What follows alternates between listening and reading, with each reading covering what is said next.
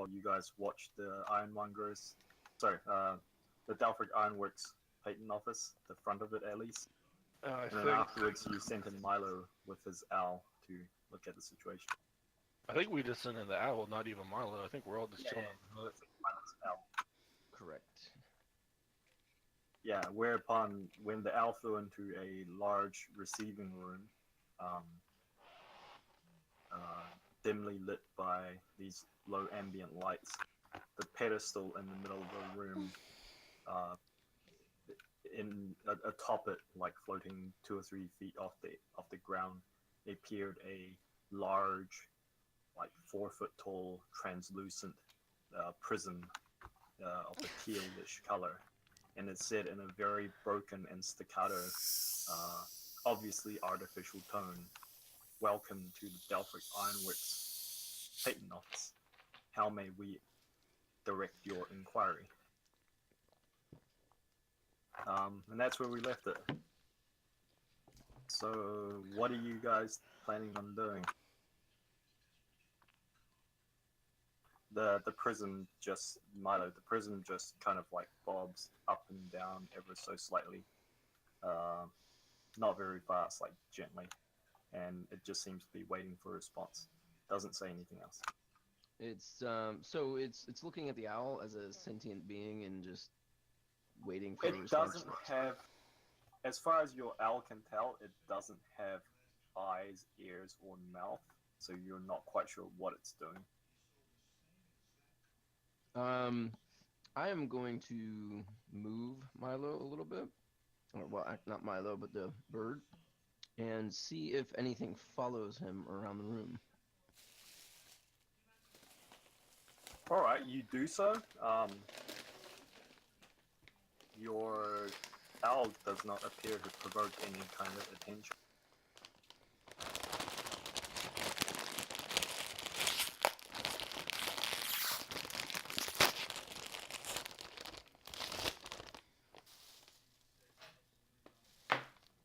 I mean, they have regular tokens for owls, but that's pretty much the best one. Yep. And it all started because someone named their owl Hooters. I'm gonna do this. What did you call your owl again? I remember the bat's name. I don't think the owl had a name yet, so Hooters it is.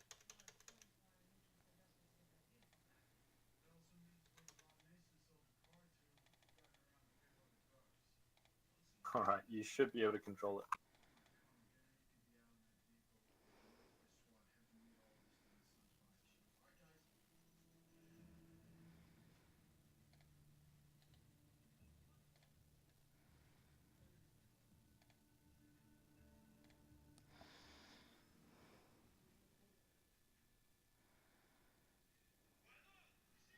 We came to see if there's anyone coming up behind us. Robin, did you get your mic working? Can you guys hear me? Yes. I can hear you. For some odd reason, it just was not working. I don't think I've heard Juggy say anything though. Yeah, you light up and nothing happens, dude. We haven't been ignoring you, we just haven't been hearing you. All your witty things you said we've missed, that's sad. Just like me last week.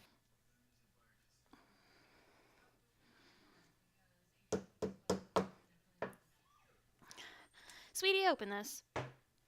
Still nada.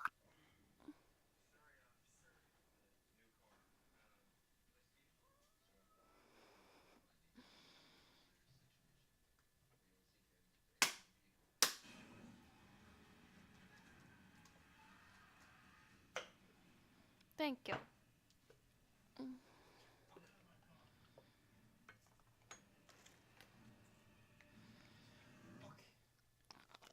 I've had a... Yeah, It'd probably help if I didn't push the mute button. There we go. I hear you. Yeah, so your owl flies around the room. I can tell you what it sees down this corridor if you wish to know, as it flies around the room. Your owl has 120-foot dark vision, yes?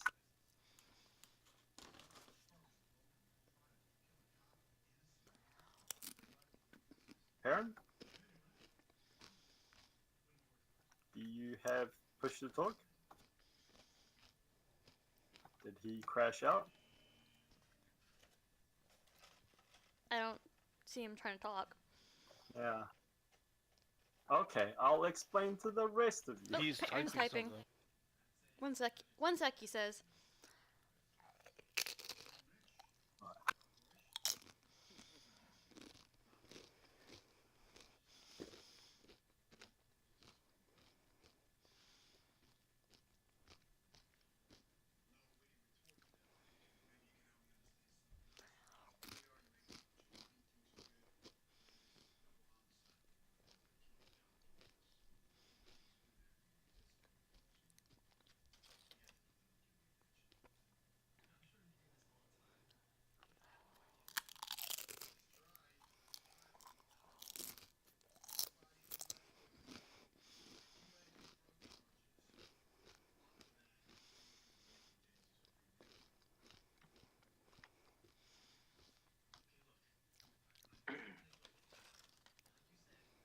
We heard that. Can you hear me now? Yeah, Yes. you know. What happened?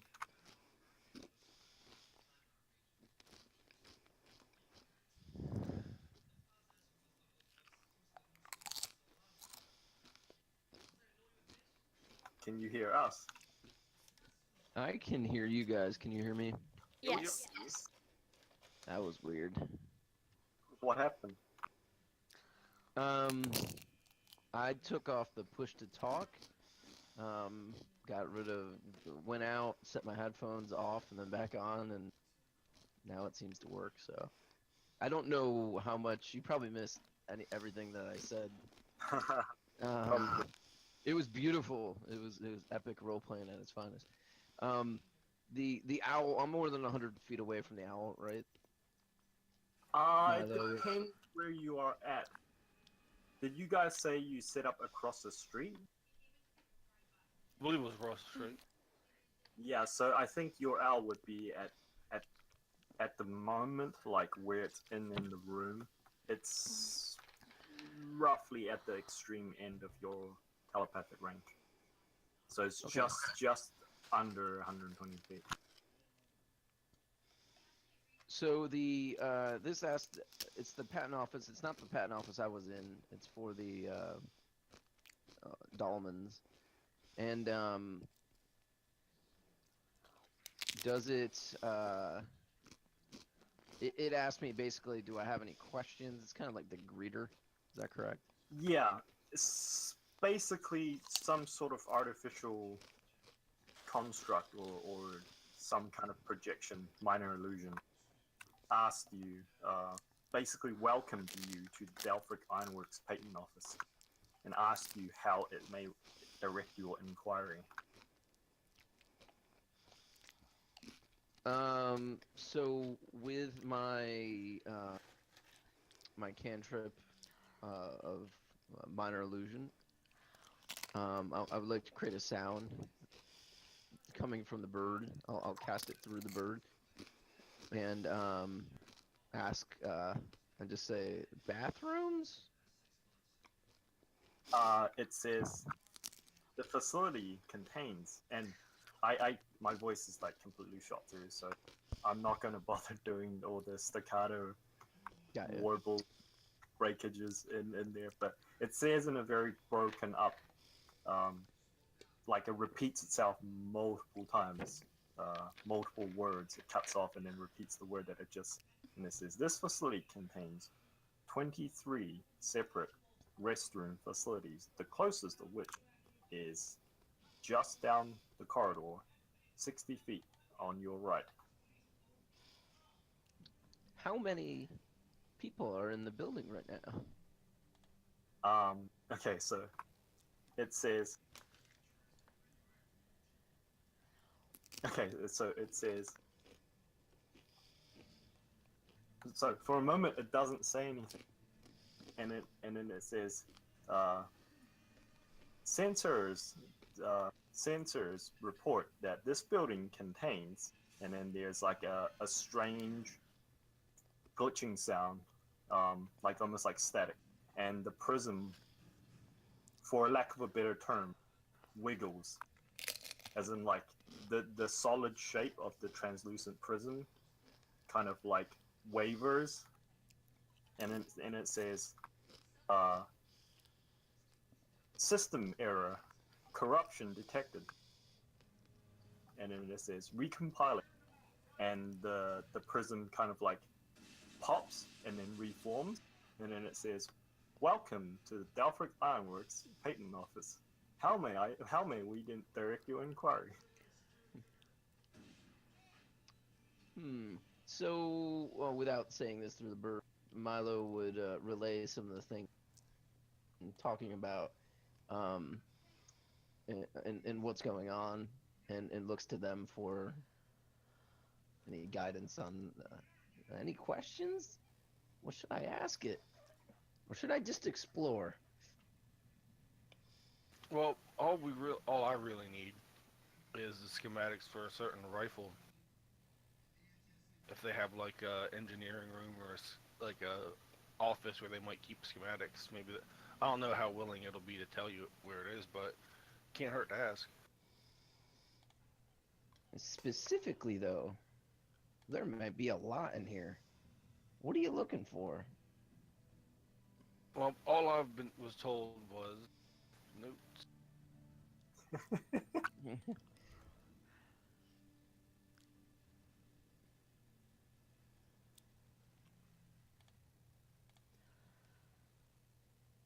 We ain't close. Hold on. All that she told me was that it was a very powerful rifle design. She also showed you apparently a symbol or a seal that represents the object that you're looking for. Basically, it's like a maker's mark on it. Oh, well then, yeah, it would have this mark somewhere on the schematic. Maybe, and I'd show it to him. Any of you read Elvish? Yes, Thalia does. Yeah, except for Thalia, I mean. So okay, Thalia, you see that the symbol, the seal upon it, resembles an ancient form of the Elvish letters for R and W interposed over each other, interwoven. No, sorry, R and M, not R and W. So Thalia's gonna be like, give me a moment. If it's archaic, it might not be that she recognizes it, but she knows it's Elvis, so she'll do comprehend languages on it. Okay. Sure, yeah, okay, perfect. So the R in this case, it's almost like in its archaic form, Elvish has kind of like integrated a little bit more in modern times with other common languages. In its archaic form, Elvish resembled more like Druidic runes in so much that each letter has like very specific connotations and meanings. You realize that through your spell, your divination, these two specific words spell out, these two specific letters interposed of each other spell out the word rune metal. I will spell that out.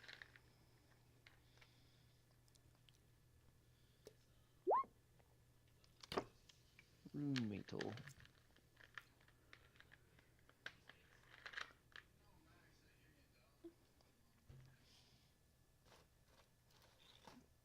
She would share this with everybody. After you channel a spell for 10 minutes. Uh-huh.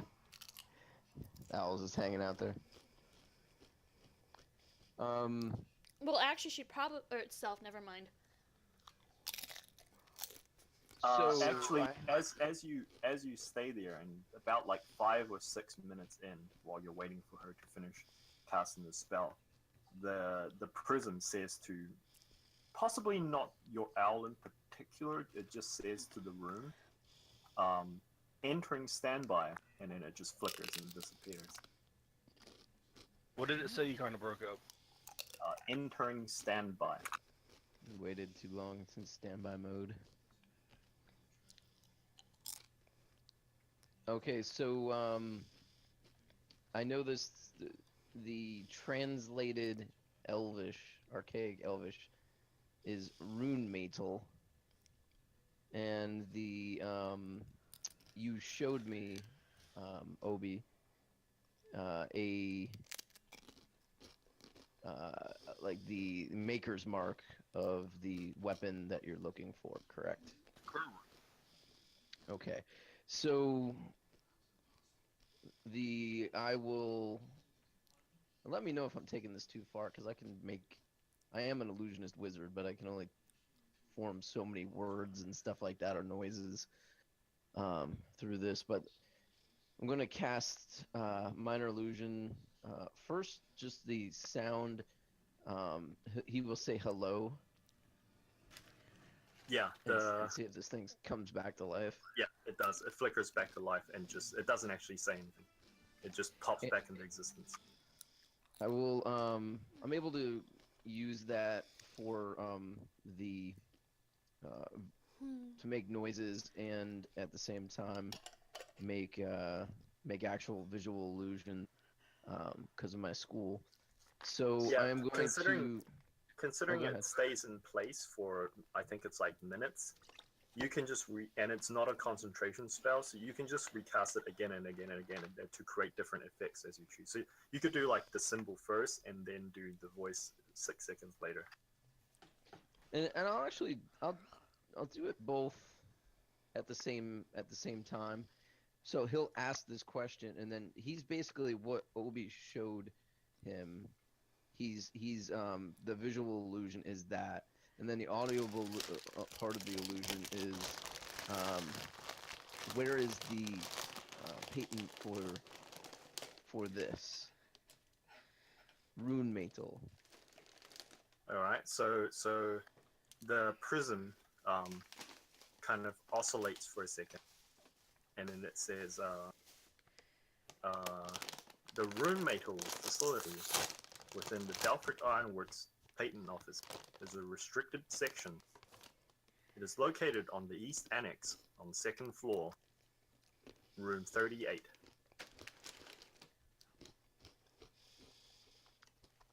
Please grant me access. It says only rune metal employees are permitted access. Are you a rune metal employee? Yes. All right. It says processing, and then for a second, it oscillates a bit more, and then it says this employee. So your profile has not been identified on the rune metal employees access list, and the prism morphs and alters and turns into your owl, like a frozen image of your owl, and it says no matches have been found. Just has a little X in front of it. Where is closest employee? Rune metal employee. It says the rune metal facility should be staffed at all times by an administrator and a security consultant. Stand by while we contact them. And then there's a moment's pause, and again the same thing happens. The prism destabilizes and kind of like warbles, and then it pops out, and then it comes back, and then it says, "Welcome to the Delphic Ironworks Patent Office. How may we direct your inquiry?" So basically, it just told me that the actual room where it's in is always staffed with those two people, but it doesn't go into where the closest rune metal employee is. Yeah, you gather from your interaction with it that it's heavily damaged or heavily corrupted, and it has problems possibly locating things, active things like creatures and things inside the like it has the database of where things are, but it possibly can't sense what's inside the facility at the moment without going into this weird corruption loop. Show how does one access restricted rooms? You require authorization and a passkey, and the prism morphs into a circular disc with a center that is carved into a pentagon, basically a pentagon hole in the middle of a circular disc, the size of like half your palm. All right. Committing that to memory. What kind of materials does it look like it's made out of? It's hard to tell. It looks like it's made out of some teal translucent illusion. Oh, okay. It's like we're seeing this in like its version of this kind of like danger room version. Got ya.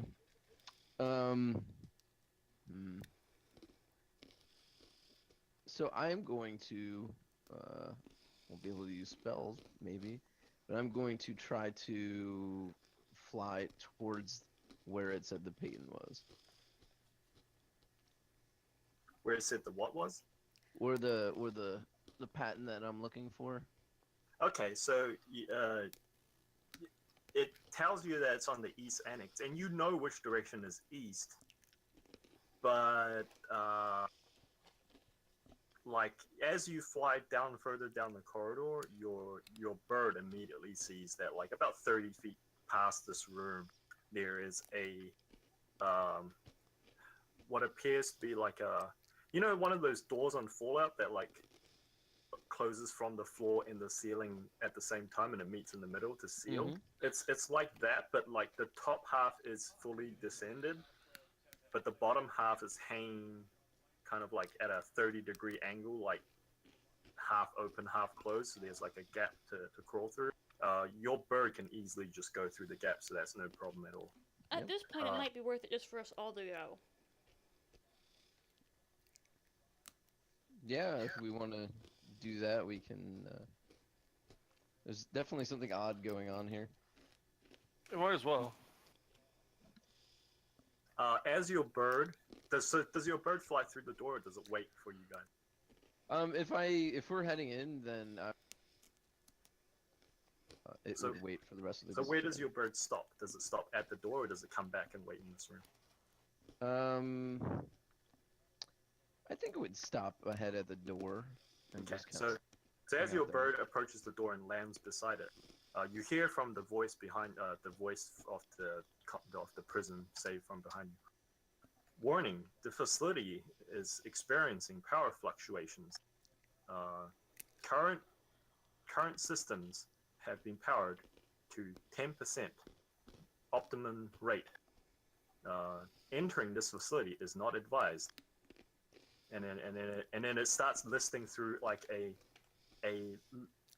literal catalog of like which corridors are unpowered or are in emergency power.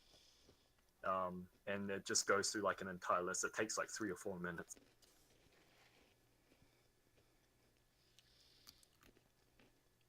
So as it's doing that, you guys can approach the facility. That's fine. I'll just get rid of sliding layer. All right, so I don't even know why we're using this map. I just like using that. So yes, as you guys approach and enter this room, it's probably finishing off the end spiel, and it's like saying like, oh, okay, no, it's ending off its end spiel, and it says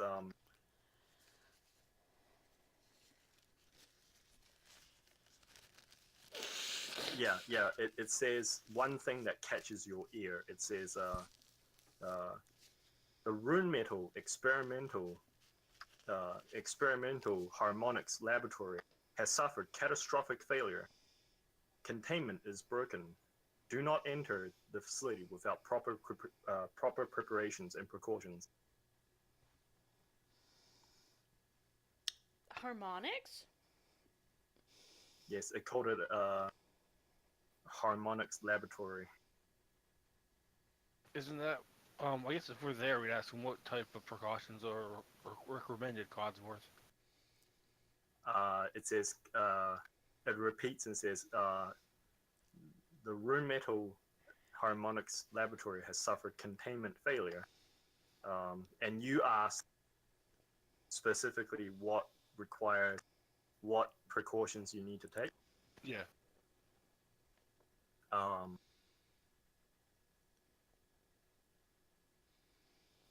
It says respondents.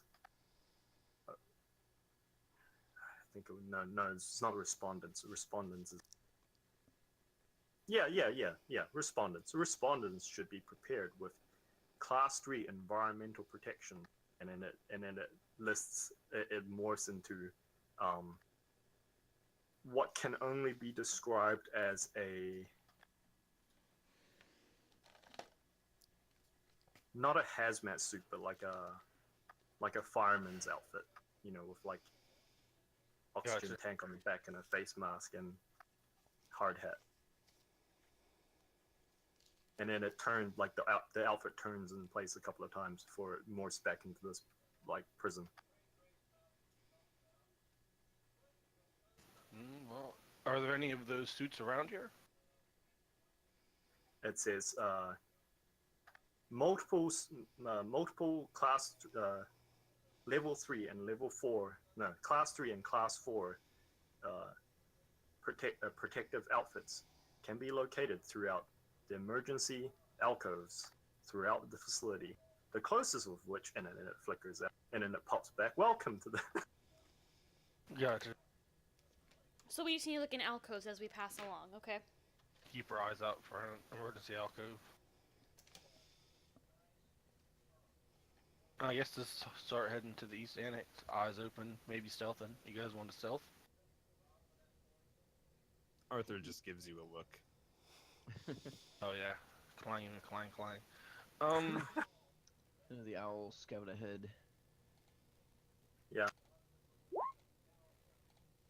So your owl can tell just by looking through the gap through the door that this place is in disrepair. It's like the what lighting there are in the facility is what I can only describe as like kind of like emergency lighting in like modern day. It's like the actual light fixtures themselves are not lit. Instead, there are these like basically light strips on the ground occasionally, and then there are other ones that you can see on the ground that are just not lit at all. So you have like the pervasive gloom throughout the entire hallway. There's rooms going off on the left and right, and then there's like your bird can see at the extreme end of its vision, like 120 feet, there's some sort of large room with some kind of like a ramp or a staircase in the middle of the room going up. There, I named the owl Rolf, by the way. The any sign of like a struggle, a fight, or a reason why this is in disarray? Dinosaur tracks? No, though you can see your owl doesn't even need to roll perception. Like it's obvious. Like there's crowbar and tool marks on the door. The reason why the door is hanging half open is because someone pried it open with tools. Ah, someone beat us to it. I'm gonna be super pissed if someone beat us to it. But the marks themselves look old. You could have just been looting it for anything. They might not know what was here. Yeah, like it has the age upon it. Like it has like the grooves in it. It's not immediately noticeable, but it has like a substantial amount of dust in the crowbar grooves and stuff. So it has to have been weeks, if not months, if not years. But All not right. centuries or anything like that. It's hard to roll me an investigation check for your owl to determine, or yourself. Now that you guys are here anyway. He gets advantage on wisdom perception checks that rely on hearing or sight. It's Did I get- investigation, not perception. Damn it. It's a process of deduction, not observation. There you go. Yeah, it's difficult to tell exactly. Like the dust layer on it would tend to lead you to believe that it hasn't been disturbed in probably a month or two. As to the crowbar and tool marks, like you're not entirely sure how long ago it could have been made. Any blood Ah. or other physical leftovers? So yeah, there are actually. Well, you guys not outside. I should say that. Okay, not outside, not where you can immediately see without entering the facility. Okay.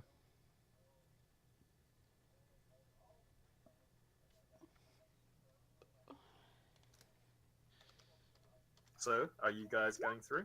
Yes. Okay, it would probably. It's not big enough for Milo.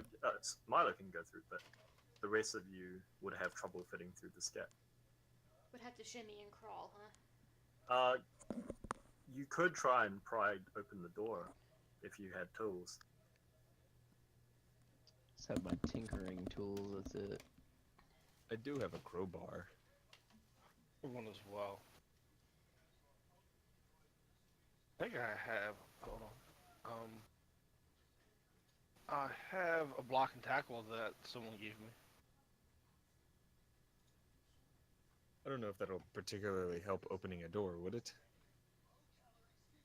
I'll just try to like just kind of see if I can fit through. I just know Bella's gonna crawl into my lap. Booger, booger, booger. I better be prepared. If I can fit through, I'm sure you can, even with your armor. I have my patent on the exosuit for the dock and warehouse worker, but it's not gonna do me much good here. If without tools, if you want to try and pry the door open, just someone roll me an athletics check. I think he was trying to shimmy his way through to see if he could fit Yeah. before No, they tried to. You get about one shoulder in, and then you get kind of wedged. I don't even get to get Winnie the Pooh halfway into it and say No. no bother.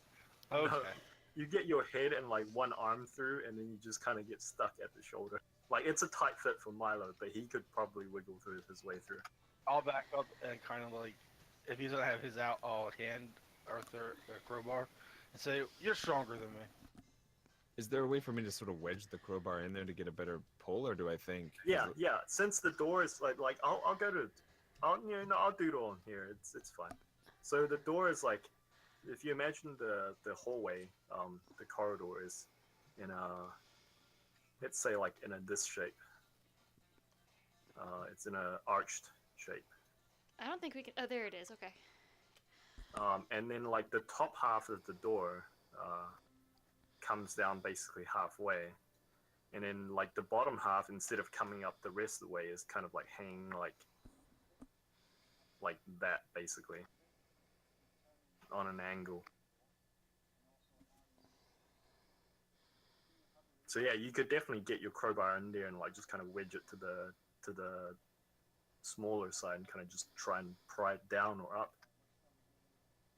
Okay, yeah, he'll do that until he can get like a foot up in that. I don't know how tall is the door. The door, the hole is about, I would say it's about 8 feet tall. To get up to the hole? To up to the hole. Okay, no, up to the hole it's about 4 feet. It's halfway up. Okay, yeah, so he'll just kind of try to pry until he can either get a foot up on it to sort of push better or something, and then have somebody hold the crowbar. But yeah, he'll do that. Okay. Roll me an athletics check with a. I forget if a crowbar gives you advantage or if it gives you plus I do. plus 10 or something. I think it gives you advantage, I believe. Advantage.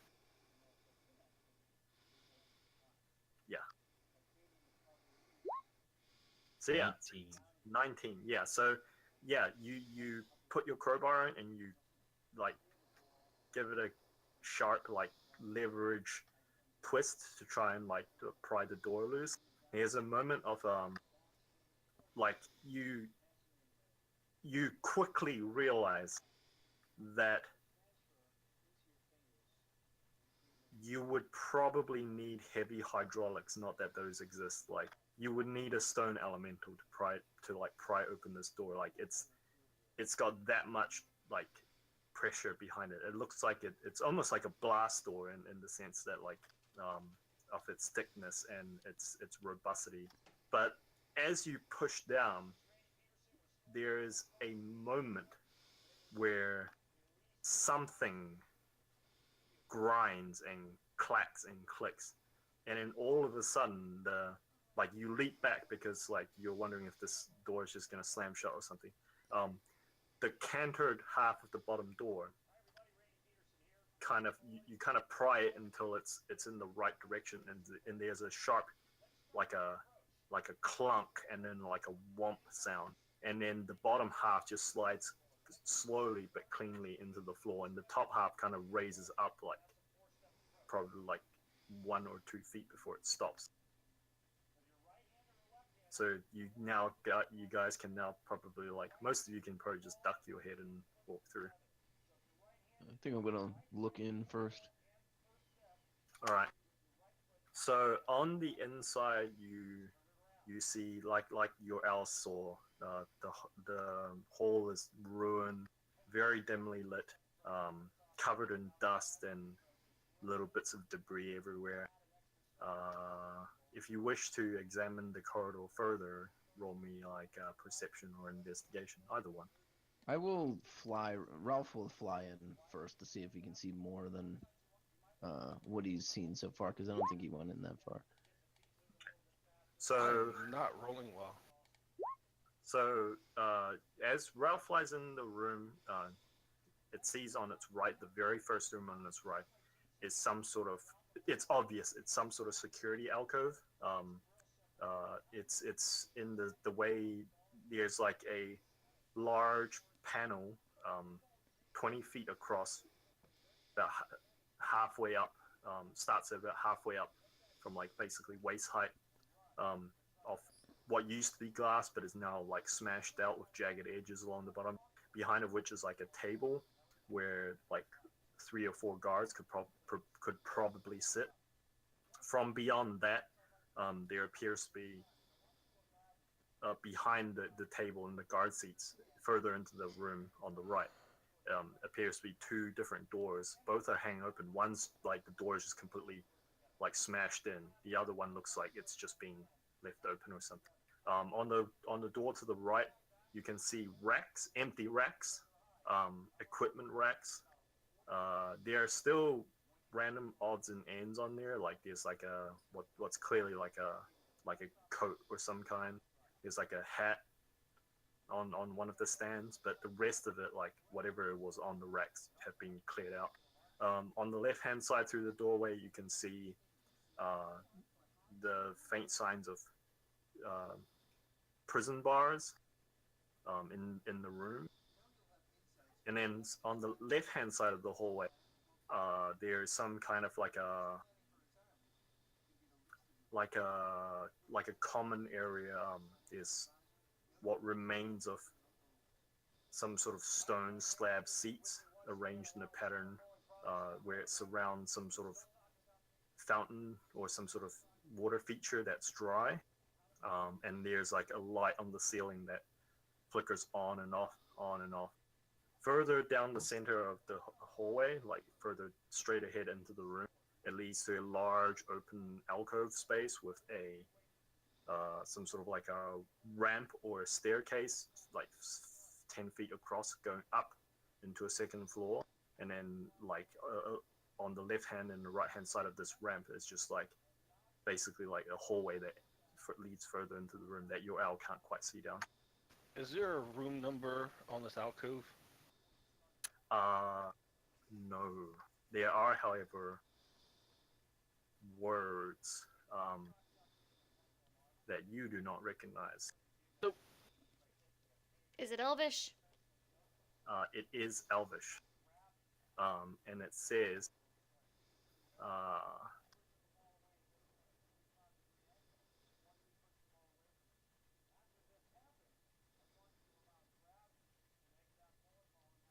it says simply, there's a date.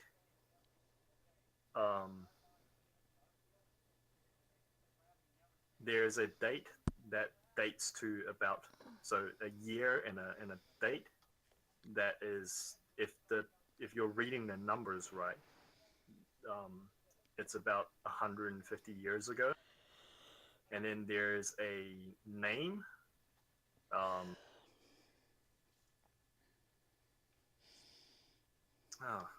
Let me find my notes.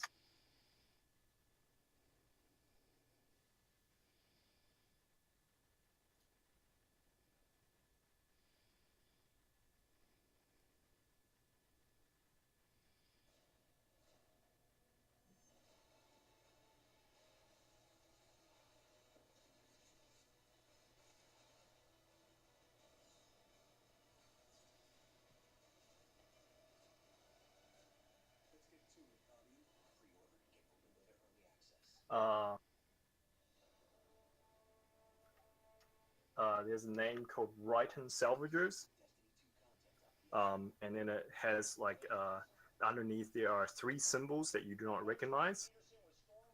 They're not Elvish, and then there is a large X drawn underneath it, and on the right quarter hand side, so through the right, I'll draw it like this, and then on the right hand side in this space is written in Elvish the words compromised. It has compromised on it? Yeah, in the space on the right hand side of this X, in that space is written. So there's like three symbols that you don't recognize above it, and then there's like a date, like 18. Oh, I should move this to the place that you can see. Oh, I didn't mean to move that light, but whatever. There's like a, like a date, and then like a number of a date, and then there's like the name Brighton Salvage, and then there's 3 symbols, an X below it, and then like a line here that says compromise. Doesn't look to be part of the official painting. It seems like someone scrawled that there with some sort of black chalk or some dark substance. Well, the good news is it doesn't look like they came through, or they did and left very quickly. This suit's probably compromised. We should check the next alcove. And then on the ground, Thalia, you would have seen, with your perception roll, you would have seen the remains of broken arrow shafts. There's like 1 arrowhead somewhere. There's like a piece of a armor that seems to have been, it has a ragged edge, almost like it has been slagged. And in the corner somewhere, there's like a pile of like bloody bandages, like overgrown with mold and with fungus growing out of it.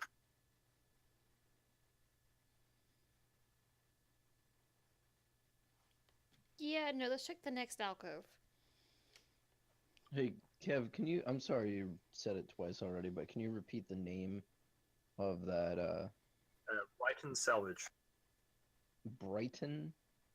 Brighton. Okay.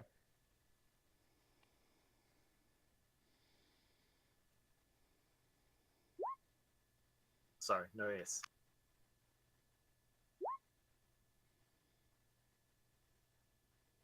And the date that is scrolled on it is, if you're reading it right, is about 150 years from 150 years ago.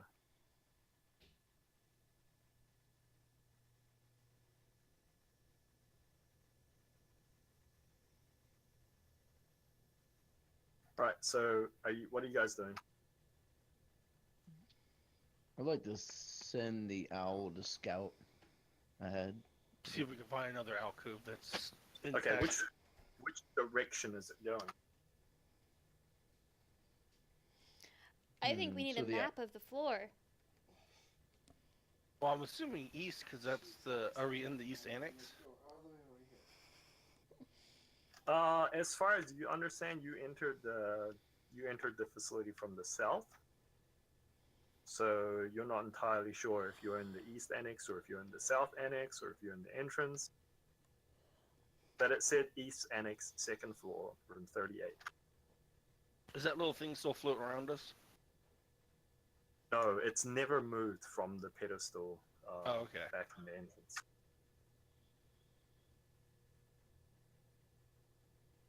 In fact, as you guys turn back to look at it, it's gone. Like, the pedestal's empty. If I can go straight, I'll go straight. If I cannot go straight, I will go left. You have a choice at the corridors. In the hallway with the staircase. The hallway appears to be a T-junction with a staircase in the middle of it. You can head left, you can head right, or you can head up. Up. Right. So is your owl just heading up, or is your... Well, it's up to the group. I was gonna send the owl ahead of the group, but if they would follow it, then I wouldn't say anything.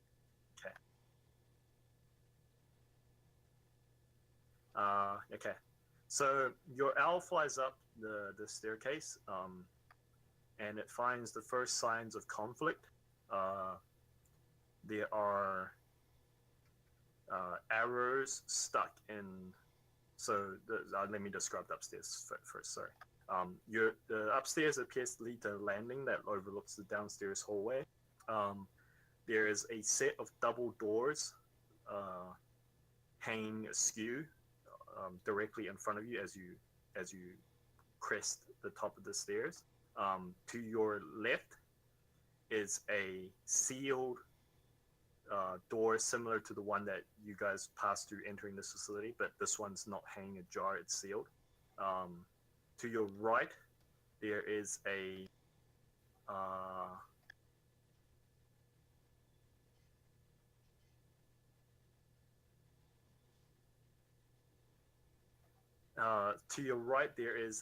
the similar set of doors, except this one looks to have a hole blasted clean through it. The diameter of which is about like 3 or 4 feet. So a large circular chunk of this building is this door on the right is just, there's a hole in it. Doesn't look like to have been a percussive force. It's not an explosion or something. It's just like something melted a hole straight through the center of this door. Is it and pretty asymmetric, or is it? No, it's perfectly circular. Okay. And then on the ground, you can see what remains of several dozen humanoid corpses with arrows. Several of them are in pieces. All of them have a number of obvious injuries: arrows, bolts sticking out of their chests, legs, arms, heads. Obvious signs of like hacking implements, swords, blades, etc. Roll me a perception check with your owl.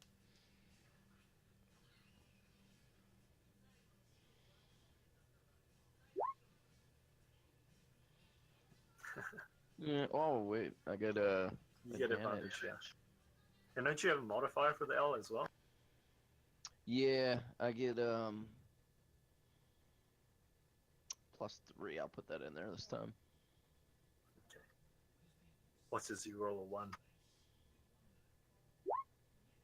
There we Oh go. yeah, there we go.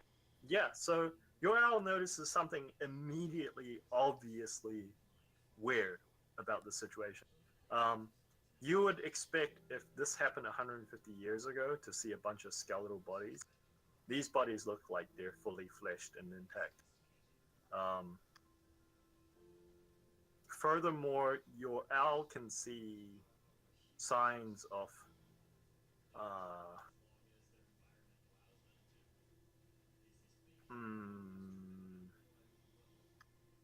like it can still see like there's no blood on the ground. These bodies just look like they've been hacked apart and just fell where they are without bleeding or rotting or decaying. I will relay this information to the rest of the group.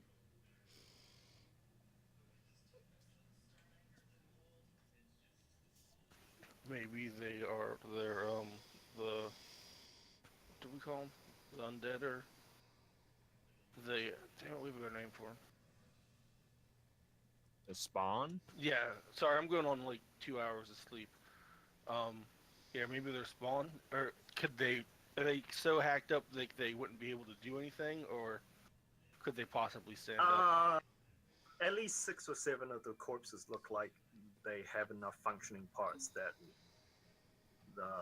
they should be operable, except for the fact that they're lying on the ground, not moving.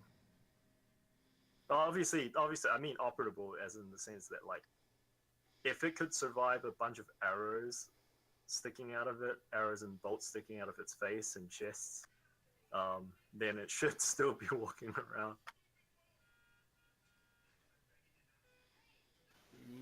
Poke it with a stick, maybe. I mean, I could poke it with a 30-foot stick. That'd be fantastic. Or a 60-foot stick. Unfortunately, you can't see it from all the way down by the Right. front alcove. The owl's doing this, right? Yeah, correct.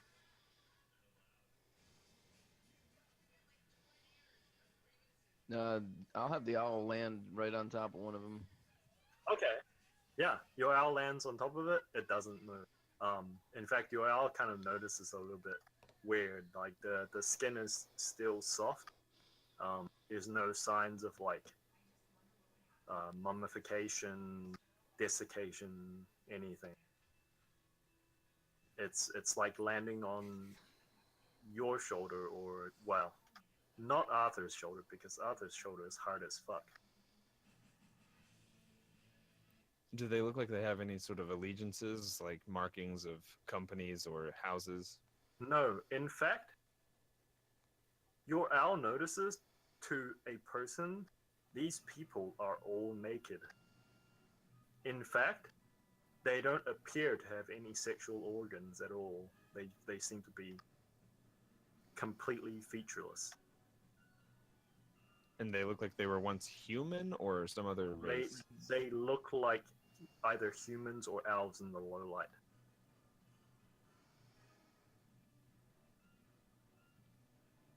The owl will hop off of that corpse. Okay. Yeah, it doesn't move. It lies there face down on the ground with a crossbow bolt sticking out the back of its head. Do they look mutilated or just flat in genitalia areas? They look like their genitalia is missing altogether. There's just a flat surface there where you should have genitalia. Kendall, precisely.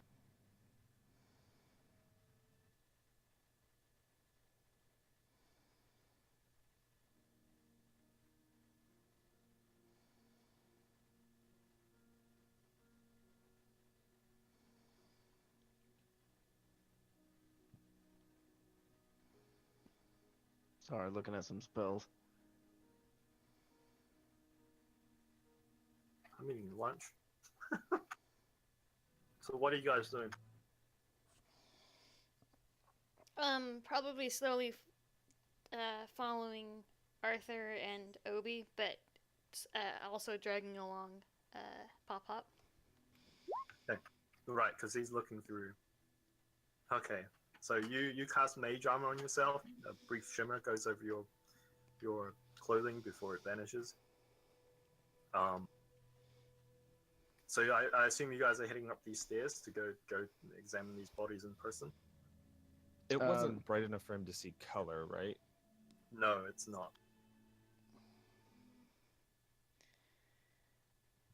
Milo's ready to move into that room.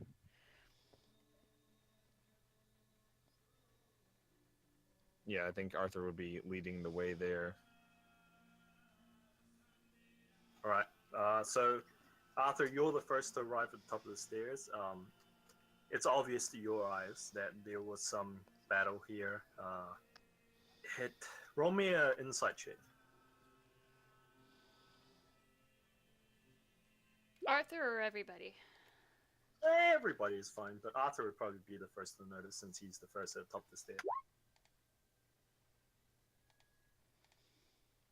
Fine. Yeah. Oh. So all of you get this. Like you've been in a scrap before. It almost looks like these people, they all died facing towards the staircase, or in that roundabout direction. Some of them are lying in pieces on their back. Others of them have just like basically slumped over and fallen forward. But they appear to be heading towards the staircase when they were cut down by some assailants of some sort. They don't appear to be holding any weapons or armaments at all, but their arrangement tends to lead you to believe that like they were responding to some sort of threat that was coming up the stairs. So with light on, can I tell what color these bodies are? They are all uniformly pale, and by that I mean they are all of a singular color. And in fact, they lack any distinctive facial feature in the sense that like they're all just like perfectly generic. And as you examine them through your, I guess, you're using a light source, right? You're using Yeah, he's got light cast source. on him. Yeah, you can see that actually a couple of them have the exact same face. And do they have like weird mechanical joints, or do they look like they were built to emulate human appearance? They almost look like they were built to emulate human appearance. They don't have any sort of mechanical joints whatsoever. And when you like look at the severed limbs and stuff, like you can see like bones and muscles and stuff, except for the fact that if this happened 150 years ago, the muscles and flesh has not decayed. Does it stink at all? No, there's no odor. Except for, mold and dust and mildew. Are any of them like open, like in the stomach area, like any guts have been pouring out? Yeah, a couple of them have cavities in their bodies that have resulted from like axe blows or sword blows. Well, that's just terrifying. And when I guess you were examining their innards, basically. I was just seeing if they had innards. Oh yeah, they do have innards. And as far as you can tell at a cursory look, they appear to resemble innards that you've seen from, whatever, except for the key fact that there's a lack of blood. There's just no blood anywhere. Milo's trying to rack his brain to see if he's heard of this in his arcane studies or at his school. Roll me a Arcana check. Would it be history or would it be Arcana? Not sure. If it's not magic, I would imagine it's either nature or history. I will allow you to roll either history or arcana, but not both. Okay. And Arthur, I will allow Arthur to roll history. I'm gonna get gross with it and pop out an eyeball and see like, You went there. yeah, So are you doing that? yeah, I'm literally popping out an eyeball. So yeah, you have no idea what these are. They're clearly not human. They're clearly not elves. You don't think that they're undead. And they don't resemble any type of clockwork constructs that you've ever seen. Like clockwork constructs don't have organs. They don't have muscles. They don't have bones. They have clockwork.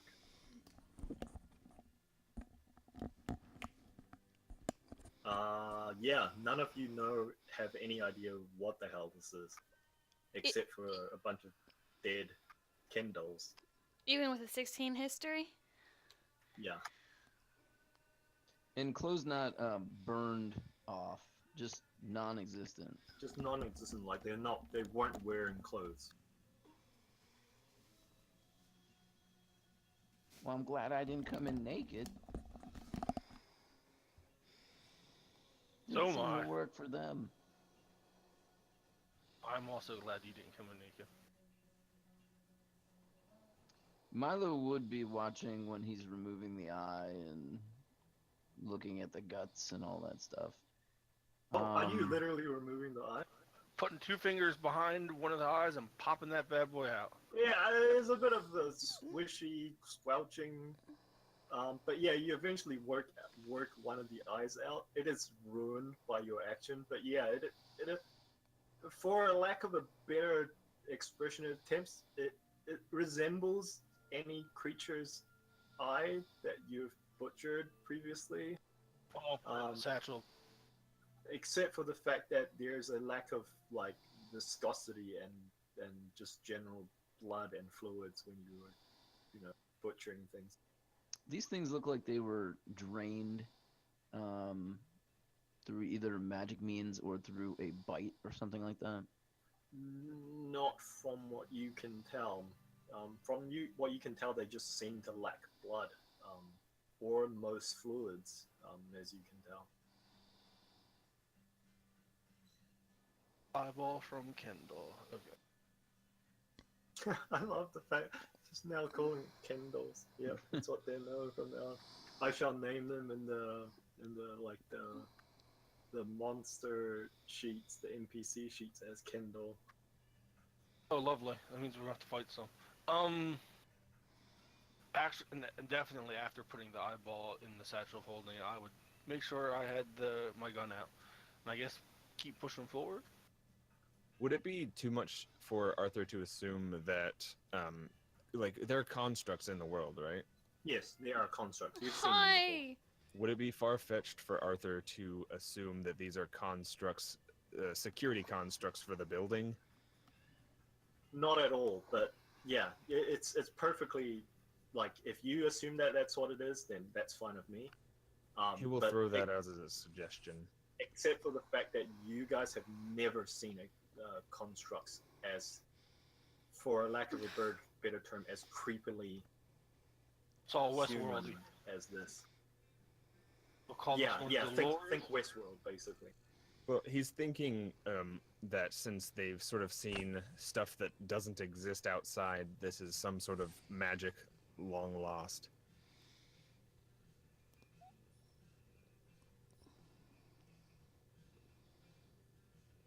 Or abandoned because of how creepy it is.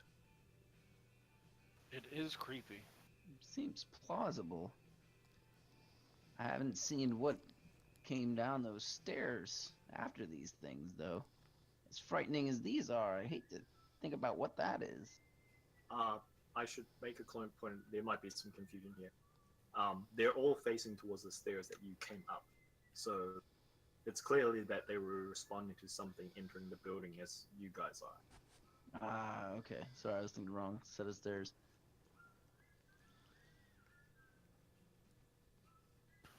Well, there's definitely a possibility we could run into some more of these. So I guess be on the lookout. If we I should go give him- where others have not tread, it is very likely, if this is security, that we will find them. I Well, should be we prepared. we only need to be on the second floor, so we're on the second floor now, right? Yes, correct. So find room 38 in the East Annex, which I don't know if that's where we are. I can't even read the signs. It's up to you. She'd be translating, and she'd probably show them like on the dirt on the floor what they'd be looking for.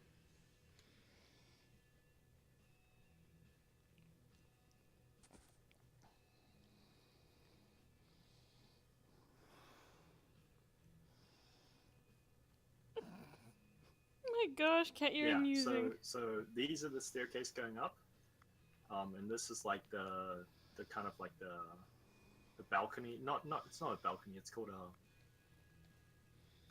Oh, what's it called? God damn it. Overlook type thing. Yeah. Overlook. There are these similar to what you saw in the entrance foyer. There are these like these circular little alcoves at the corners of the room. It's almost like this room has. It's almost like the builders of this place has a thing against corners, not having any. And it's dimly lit by like the low ambient light that you saw before. There's a door immediately in front of you. Looks to be a double set of doors. One is just like blasted off its hinges and it's just like hanging loose, and the other one's like somewhere over there, some place down inside the hallway. To the left, there's a set of similarly sealed doors that you saw when you guys were entering. To the right, there is a set of similar doors, but there is a large circular 4-foot hole melted through the center of this door.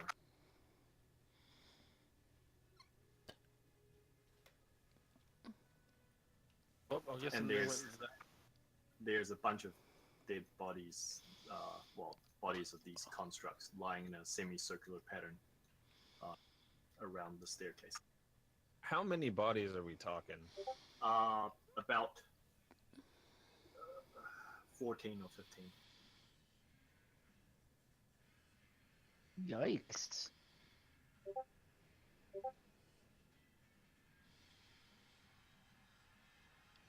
I'm gonna fly Ralph through that door with the 4-foot blasted hole in it. Okay. So yeah, the door is creepy because like the hole is perfectly no, not spherical, because spherical is a circle, is a sphere, perfectly circular. It like the door itself doesn't even look jagged.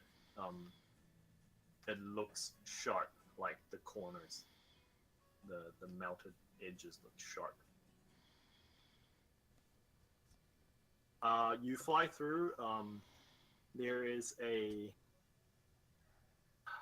large hallway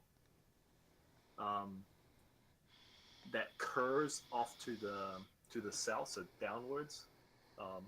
It runs about like 120 feet before the curve becomes too much that your bird can't see further down the hole. All along the edges of it, there are a series of doors. Curiously, there's only doors on the northern side, so the long end of the corridor. If the corridor is curved, then obviously one end is the short end, one end is the long end. There are only doors on the long end of the corridor, so only on the left-hand side. Various doors have similar holes melted through them. Others of them just stand open. And yeah. Is there any more of those podiums floating like by one of the doors at all, where that little Codsworth thing was? Actually, you make a great point. You make a fantastic point. I can't believe I fucking missed this part. There's one at the top of the staircase in the center of this room, but it appears to have been damaged or destroyed. Like it's obviously broken. It's sheared off in half, and parts of the stone structure of the pedestal is scattered throughout the room. Next question: which way is north? We're facing cardinal north, so up is north. Okay. So I guess we want to go this way. To the hole. Never eat. To the east wing. Never eat soggy wheats. I was always told never eat soggy waffles. I have also heard worms. Never eat soggy worms. You know, in Mandarin it's a lot worse because we don't actually start with north. What are Yes. your mnemonics? Hey Ivan, what side do we start off in Mandarin? Is it east? Yes, we start out with east. We go east, south, west, north. How confusing is I that? remember it as reverse lightning Reverse lightning? How's that? and news. Reverse lightning and as you spell news. NEWA. I'm still stumped by the reverse lightning. Because if you draw a line from N to E to W to S, it draws like a lightning bolt. Oh.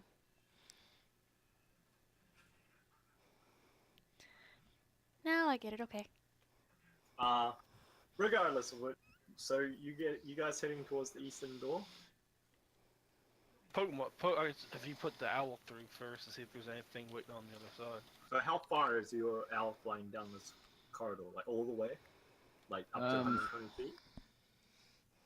He would begin by just like he sees the corridor, relaying information back to the rest of the group. And then yeah, he would fly down until he sees something of interest, Okay. looking for open doors or more bodies, things like that. Okay, so there's 6 doors that you can at least see, 2 of which have these holes cut in them. The other 4 are just stand open.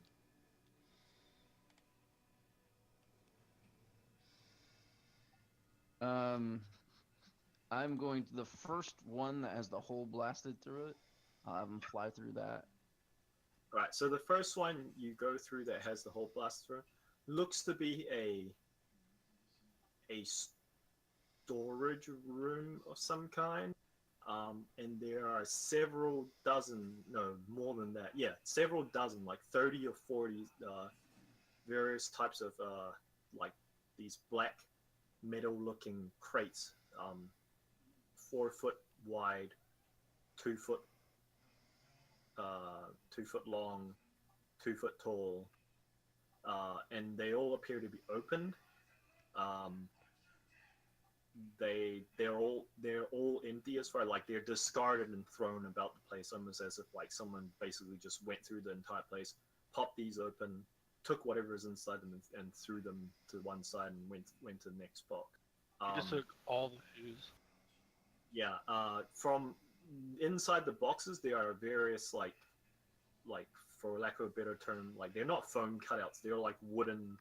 So they're like wooden inserts with like indentations cut out in them, so that like you can fit whatever objects they are in without them rolling around.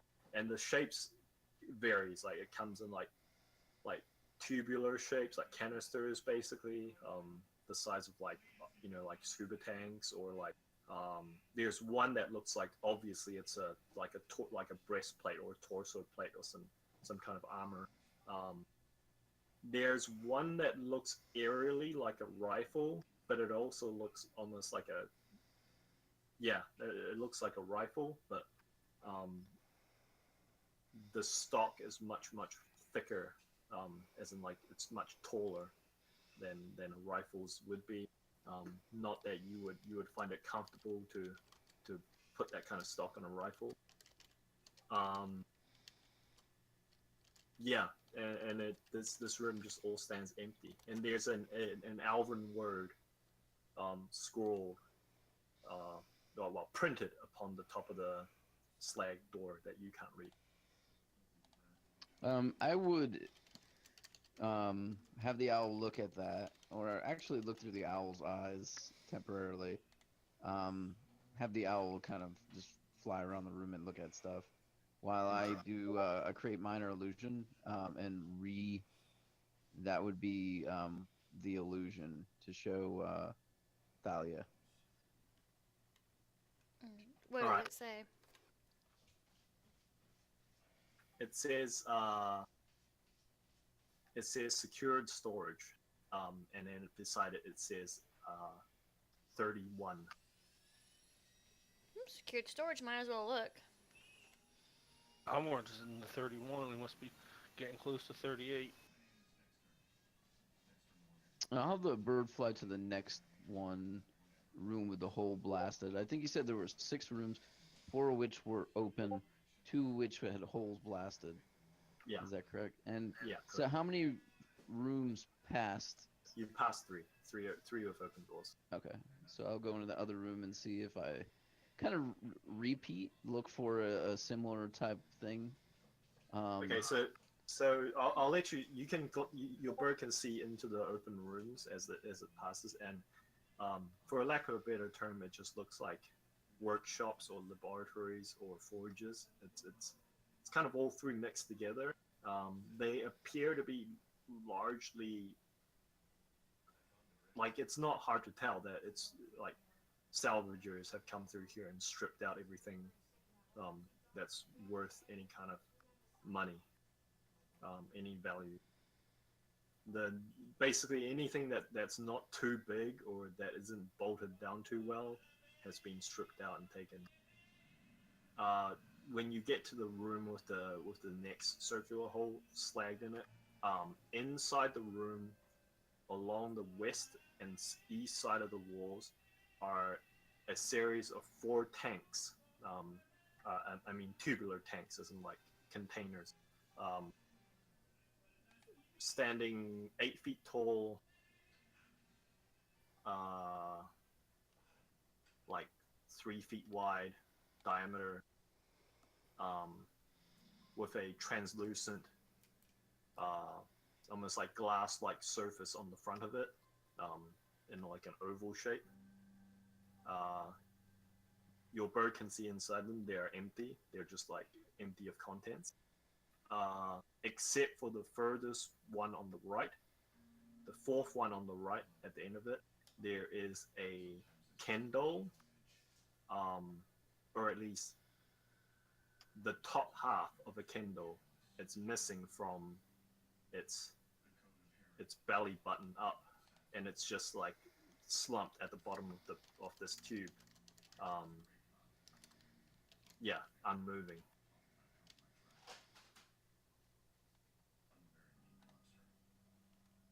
And that one doesn't have any sort of arrows and stuff sticking out of it? It looks to have a scorch mark. No. It has no visible injuries, but the tank it's sitting in has a jagged hole through the base of which is someone like fired some sort of incendiary magic at it.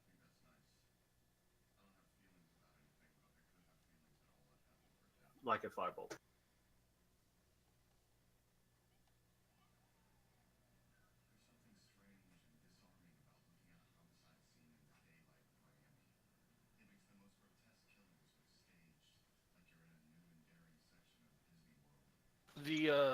The door with the main door with the whole slag through it that we're at front of. Uh-huh. Can I like stick my hand through and try to find like a switch or something to open it? Is the door open for everyone? Yeah, give me an investigation check. By the way, the hole is big enough that you could easily climb through it. Like, easily. Oh, Yeah. Okay, then. You stick basically half your body through it and search the door on the other side. There's no visible mechanisms whatsoever. It's just a perfectly flat door. Well, the good news is we can fit right through this hole, so...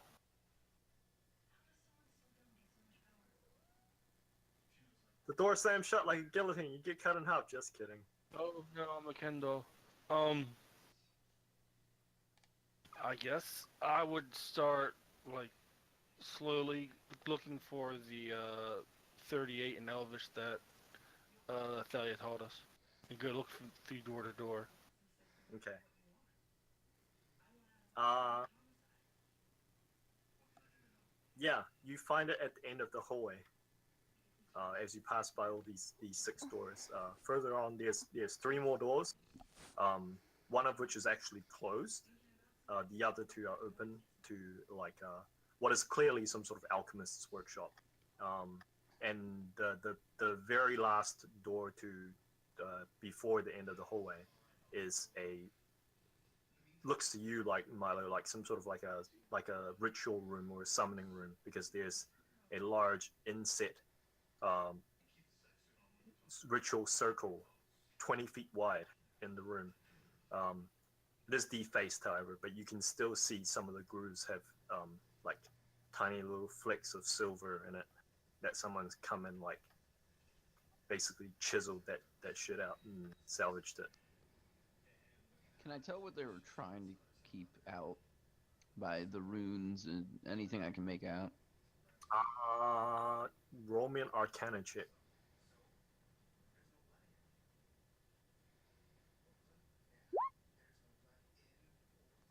Okay. Yeah. So they weren't trying to keep things out, you quickly realize. Instead, they were trying to keep things in. It's inverted.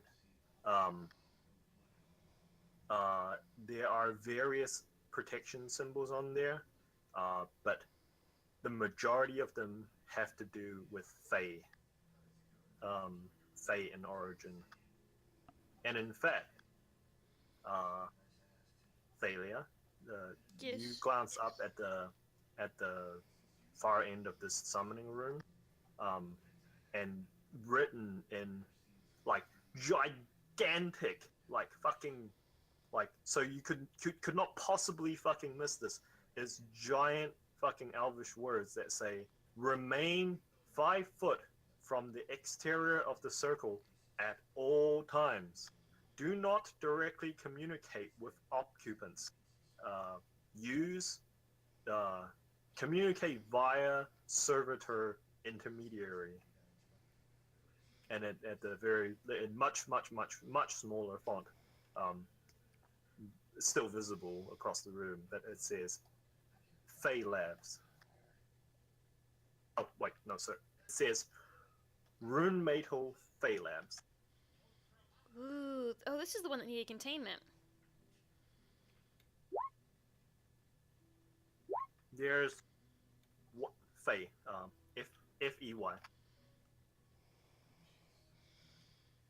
So she's reading this out loud, saying, "Stay 5 foot from circle at all times." So let me describe the last part. There's one additional door at the very end of the room. It's a set of double doors, similar to the one that was at the head of the staircase that was blown off. This one is completely sealed, and it has a rune on it. Still active. It's the only active magic that you've seen in this place, except for the prison. Well, and the lights. This rune just like flickers on and off, on and off, on and off. It doesn't take a genius for the rest of you to realize what this rune indicates, even though you can't read it. It means danger. But Thalia, you get a little bit of connotation from it, and it says danger, containment, failure. Well, that's interesting. Containment failure. And the door above it says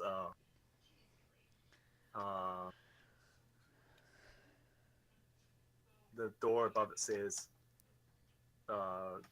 Rune Metal Harmonics, the Experimental Harmonics Containment Lab 38. Oh, son of a bitch.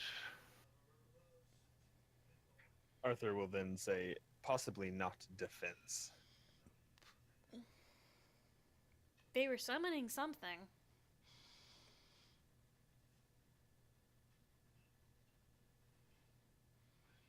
So she takes notes. So she gets out her papers and pens, and uses Arthur's light spell to quickly draw and sketch out what was done here. I'm gonna be right back. Uh, oh, I missed one additional thing. So I mentioned that there were 2 closed doors. Yes. Yes. Beside. Okay, so one of the doors has a strange looking disc mounted upon the center of the door. Um, beside of which is the classic blood smear, someone's blood smear handprint that trailed down the door.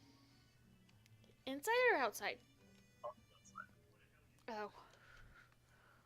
So there's a large, foot-wide circular plate disc mounted on the center of this door, and beside of which is a handprint, like a bloody handprint that just trails down. Long dried, since dried though. Yeah, long dried. Like this is like ancient blood. This is like dark, just like congealed. Well, not even congealed. It's like long dried out. It's just remnants. It almost looks like red paint or brown paint, black paint, whatever.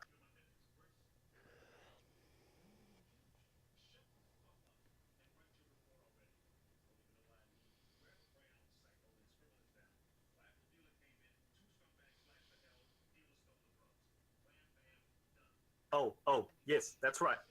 I forgot one more thing. This plate. Yes, you can read Alvin. You've still got comprehend languages running, right? Yes. Right. So it says this way towards user written on the plate. She'd actually probably follow the plate. So yeah, the plate like it's stuck on the door. The side facing you says written on it, this way, this face towards user.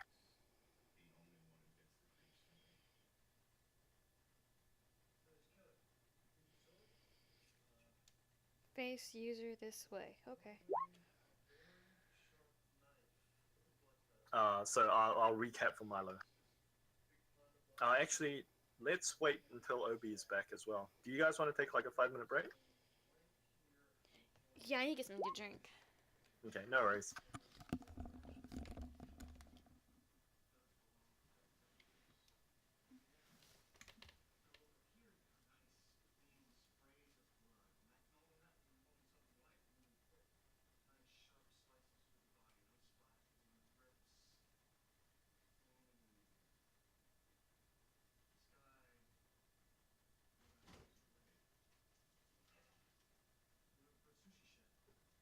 I'm back. Right, I gave them a 5-minute break Alright. because both you and Milo BRB'd, so I figured might as well. Quick question. I don't know. You might have answered it. Did it look like someone tried to blast through the door with the rune on it? The door looks unharmed. It's simply just closed with a rune pulsing upon it slowly.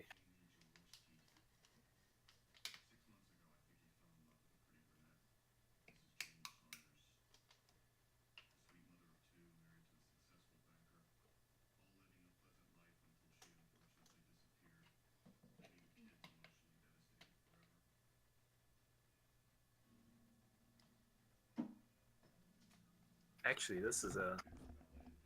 I'm actually glad you guys took a break here. I need to sort something out quickly.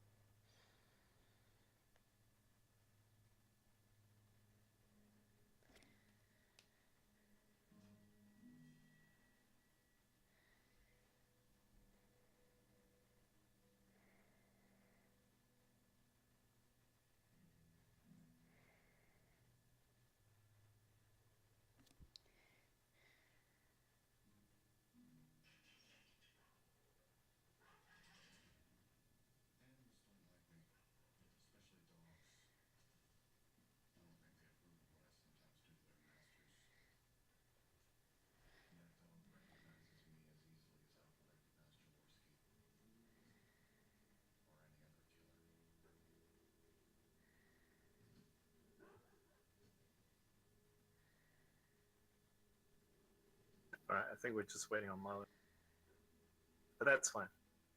I'm here. Okay, fantastic. So, where did you guys AFK when I was explaining? Because I missed you guys going AFK. The they Thalia was looking at the door and was doing something with it. Yeah, we learned there's the Harmonics lab. Yeah. Oh, all right. Okay. So, I failed to mention another thing that I mentioned while you guys were AFK, but one of the two closed doors near the end of the hallway, before you reach this closed harmonics, like the main double doors at the end of the hallway. One of the two closed doors on the left hand side.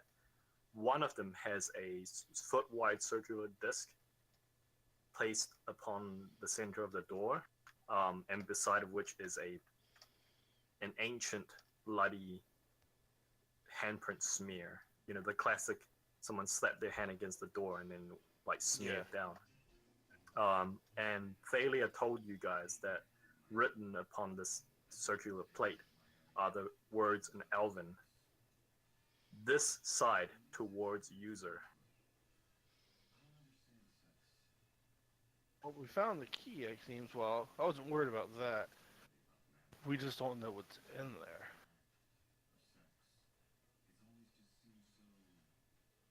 Well, I know one thing that should be in there, which is what we're here to get, but we don't know what else is in there. For all we know, there could be more of those freaky Ken doll things. But it looks to be some sort of Fey area, so who knows what. I don't know anything about the Fey. What about you guys?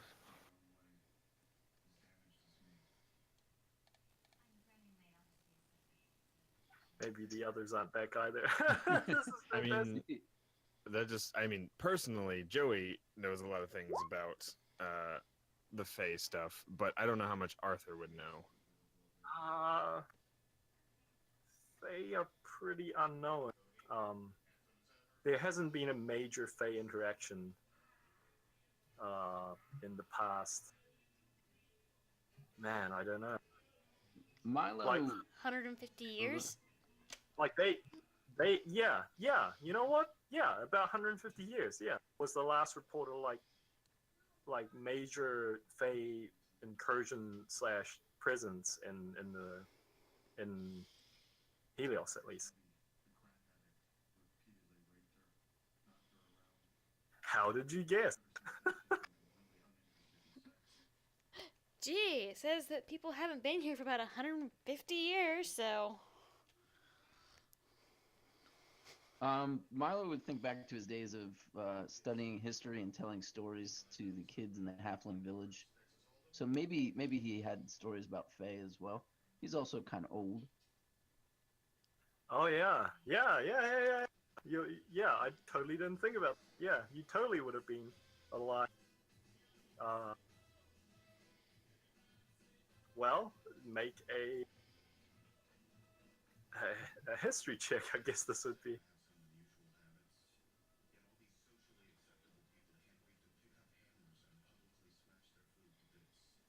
Yeah, history check. There you go. Give me one minute.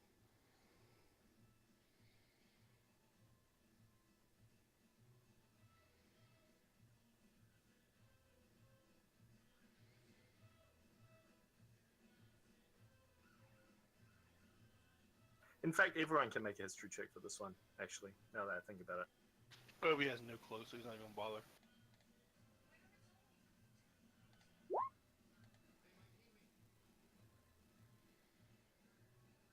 All right, so I think both Milo and Thalia, you recall the story, actually, that about 150 years ago, there was some sort of like a planar gate that opened near a place called shit. What was it called? I have it in my notes somewhere. Give me one moment. Called the Mistwood. Yeah. There was a planar incursion near a place called the Mistwood. where a planar gate to the Winter Court opened, and there was a small-scale planar invasion by a rogue sect of the Winter Court, Fae, and which resulted in a subsequent war between uh, the Empress's armed forces and these planar incursions. Long story short, although like you don't particularly know the exact precise details involved, but like basically the Fae got their ass kicked, and the portal was sealed, and that happened about 150 years ago. You wouldn't happen to know how to get that crazy thing up and running again, and I'd point to like the cage thing. I look to Milo. What do we got here? And he pulls out his tinker's kit and he's checking it out. What exactly are you examining? First of all, you said that there was like this side user on this side or something like that. They're written on the thing in the center of it in Elven, in archaic Elvish that Thalia can read because she still has comprehend languages going on. It says this side towards user, and then below that there's a little circular indentation, and in the indentation it says L, the letter L.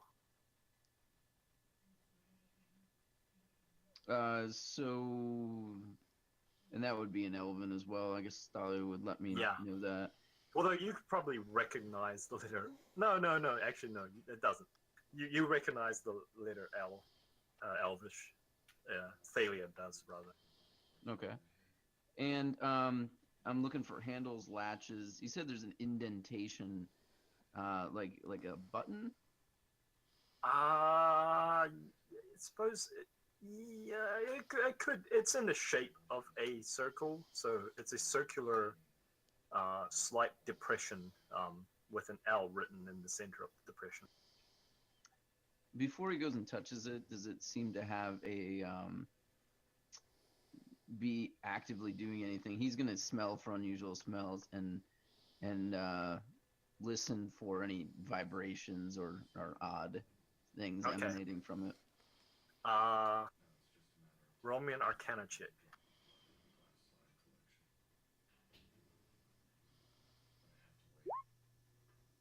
Okay, so you kind of go through your little thing of identifying like magical items and stuff, and you definitely notice a faint arcanic buzz about it, as you put your face close to it and kind of sniff at it. And there's a little bit of a live, like acrid, almost ozone-like smell emanating from this disc. It is definitely magical somehow, and it's definitely still active. Milo would say to the group, I've got a spell for this, but it's gonna take a few minutes. We got time? Well, I was more about the little portal gate, not the gate, but like the thing looks like where they were keeping these things. If you get that up and running, because if something big and bad comes out of there, maybe we can trap it instead of it murdering us. Ah, yeah, they'll take a look at that. Yeah, so the circle, the indentations where the circle engravings are still there, like the indentations are still there on the floor, but the matrix inside it, the silver lining inside it, has literally been chiseled out. So this circle has been defaced and ruined. Unless you could physically replace the silver and you had the spellcasting knowledge to kind of like retune the circle, this will serve you no purpose. I do not yet.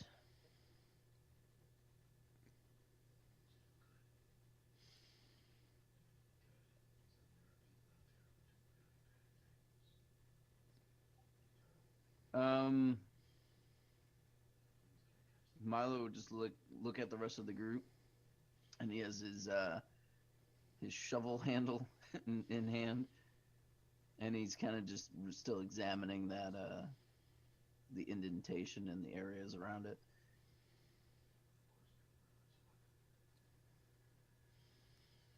Okay. Uh, so are you still? So you're examining the circle or the disc? The disc. Going back to the disc. So what would you like to do? You said you were casting a spell. Yeah, I wanted to cast Identify, but as a Okay. ritual, it would take Yeah. a little while. Yeah. I So don't know if the you group guys, wants to wait that long for it. do you guys want to wait around 10 minutes for him to ritually cast identify? Can't hurt. Well, how long has it been since she's cast the comprehend languages as ritual? I would say about 20 minutes or 30 minutes. Well, if he's gonna cast that as a ritual, she might as well go ahead and recast comprehend languages as a ritual as well. Okay. Everyone, stop to cast the ritual. Only Obi could.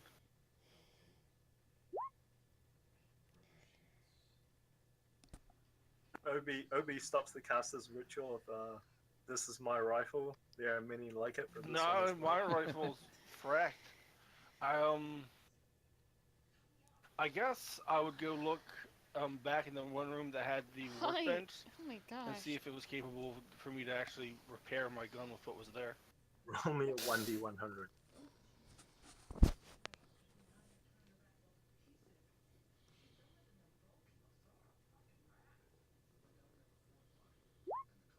Ah, the sex number. Wow. Okay, yeah. So I think you like none of the workshops and forges and labs contain like the stuff that would for you to require. But I think going through them all, you finally realize that like, oh, maybe I can MacGyver this thing into. So you start like gathering various components from different rooms, various devices from different rooms, and then you realize you probably have to go between like 2 or 3 of different rooms to use different things. But you suspect that if you had a couple of hours, you could probably use the facilities down here to repair your gun. Yeah. Okay, well, that's all that matters. I'm not going to mess with it for right now. Okay. So you cast the spell Identify, and you touch this disc, and you quickly the spell immediately tells you that it is a highly, highly, highly charged evocation type magic directed 3 feet forwards from this plate out to a diameter of 4 foot. It has a entropic property similar to the spell Disintegrate. And furthermore, it tells you that this device is currently live, and in order to activate it, you simply need to press the full weight of your palm upon the center of this disc. Furthermore, it tells you that in order to deactivate this device, you must place your fingers on the edges of the disc and turn it clockwise.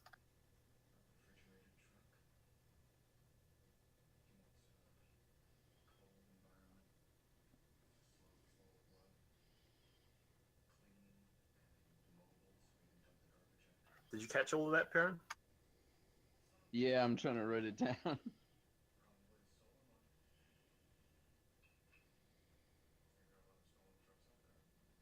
So that's not the disc to open the door. That's the disc to blow everything up. I mean, I won't.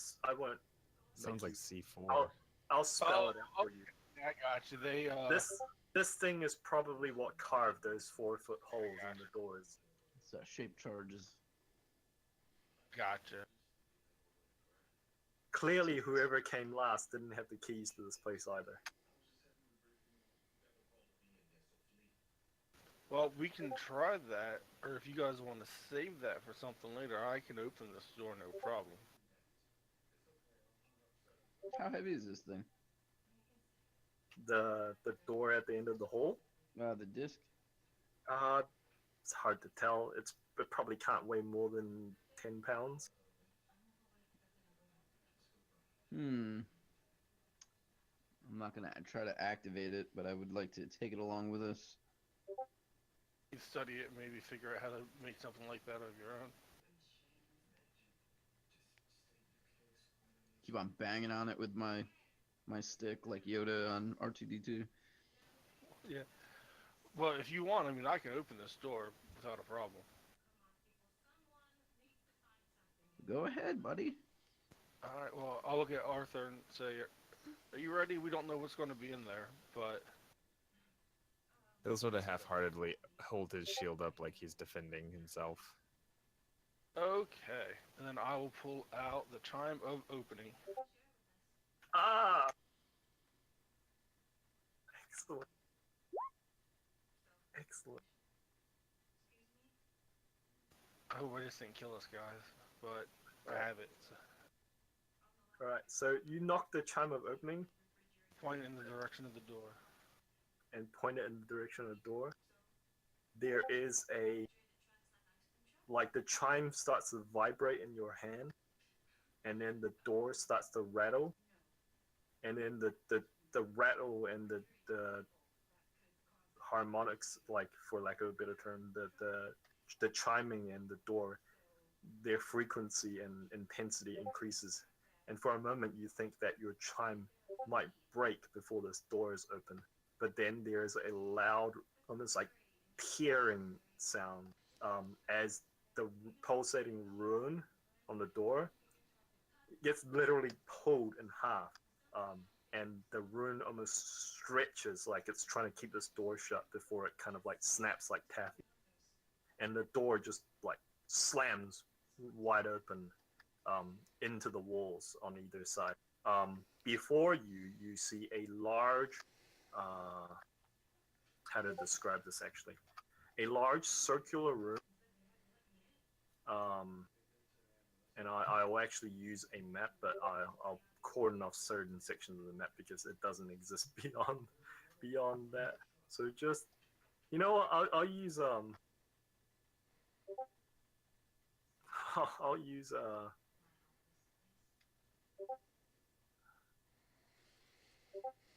I'll use what's it called, fog of war, whatever it's called, and draw this out so that like we don't have to bother with stupid line of sight things and just go back to the old school of using fog of war. Well, this thing is really fancy, and I'll put it back in the satchel. Yeah. By the way, you might want to mark down on it -1. Yeah, I was going to.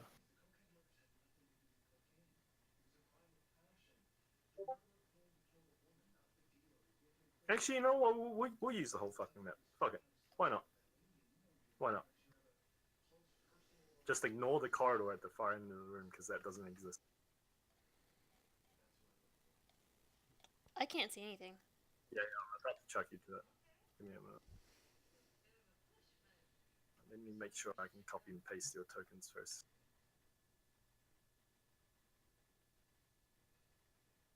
I'll bring back Ralph. Copy. Pasta.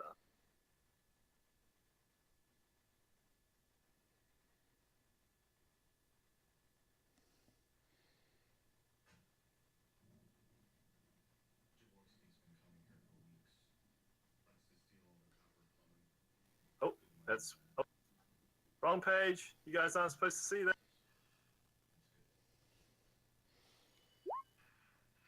You guys saw nothing. All I could tell looked like you were loading up Beacon All right. Hill, but Can you guys see this? The turtle-like thingy?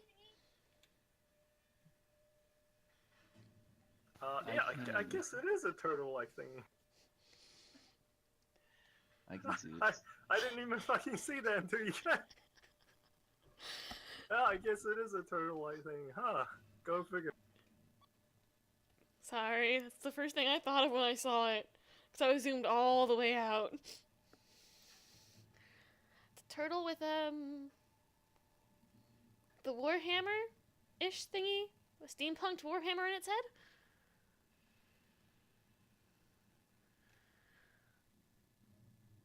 Who's drawing on my map? Arthur! Looks like, based on color. Hi, Bella! My gosh! Why are you being a needy little girl?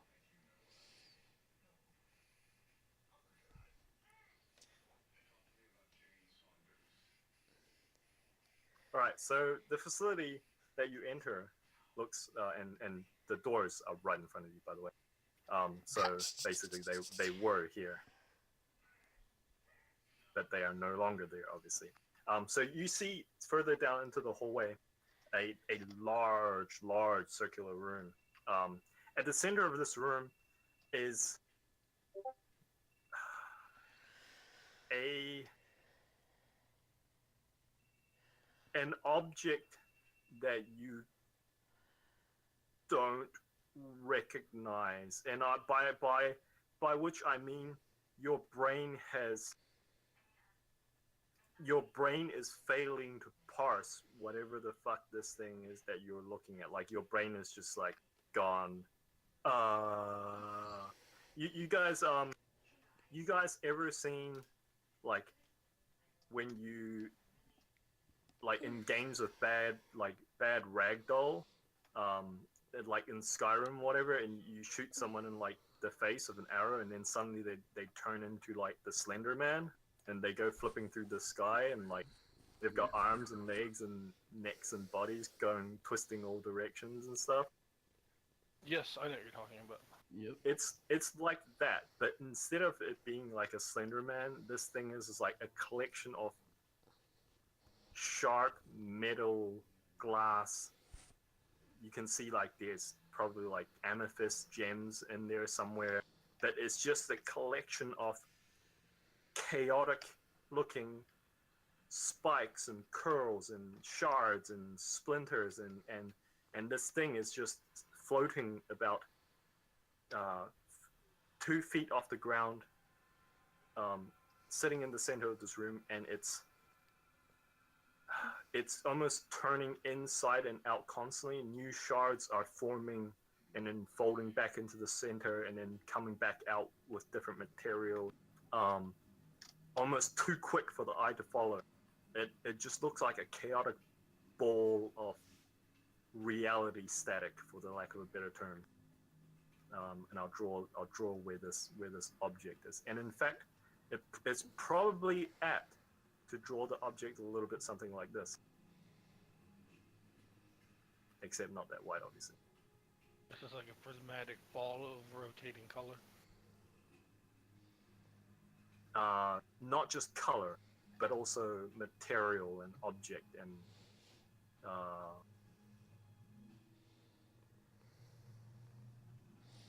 and occasionally lances of this stuff lance out like 5 or 6 feet before it seems to strike into some sort of barrier and recoil back into the mass.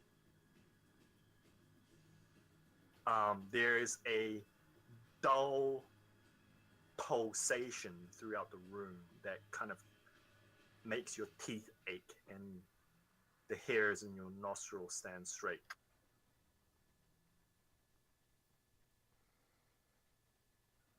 The pulsation is it comes once every 7 or 8 seconds. I'm going to stop looking at it and look around for like anything that might have schematics in it.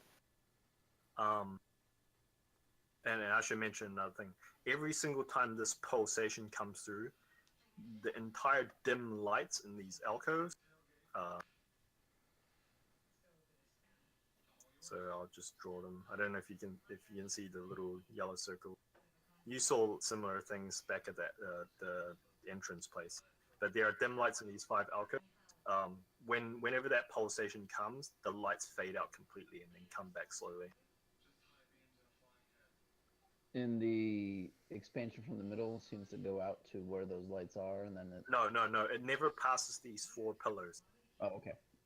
Actually, they're pedestals, about 2 foot off the ground.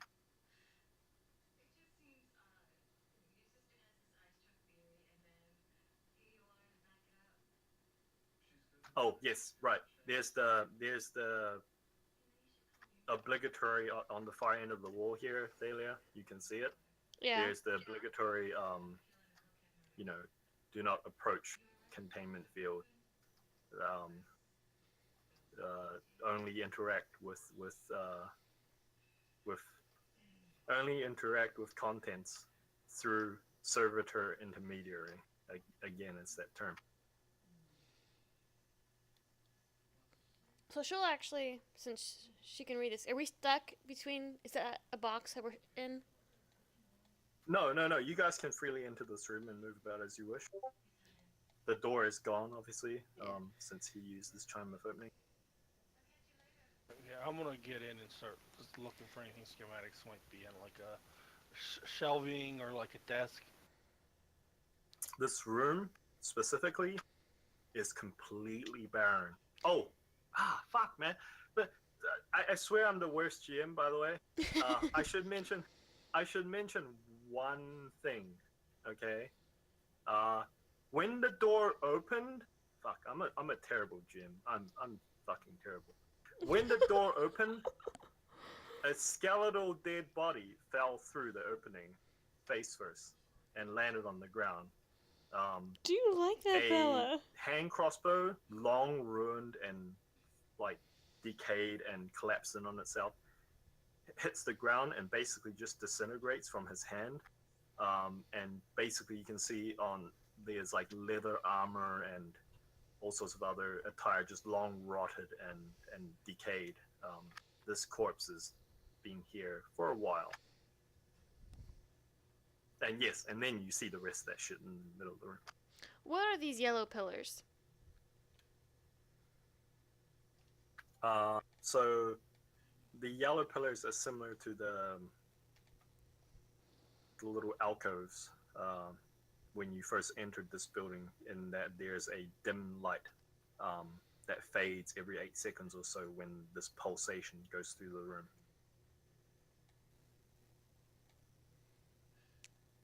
So it's an alcove type thing? Yes. You can physically step onto them if you wish. You know what? She will. She's just interested in it. Okay. There's a tingling sensation that builds from your scalp down to your feet. And in the familiar voice of the prison says to you, warning, facility power is compromised. Currently operating at 10% minimal capacity. Servitor production is not available at this time. Please restore power to the local grid in order to enable servitor control. Where is power grid? The local power control nexus for the local control nexus for the power grid in Harmonic's containment laboratory 38. Sorry, Rune Metal Harmonic's laboratory 38 is to your south, first corridor on the west. No, actually, sorry, to the south, first corridor to your east.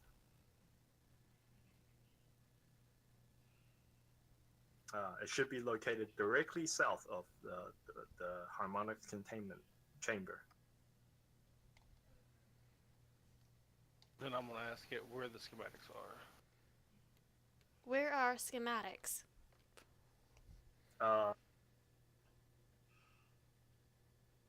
That's right, speaking Elvish. I can't ask it anything, sorry. Yeah, it's speaking Elvish. So you're asking where the schematics is? Yes.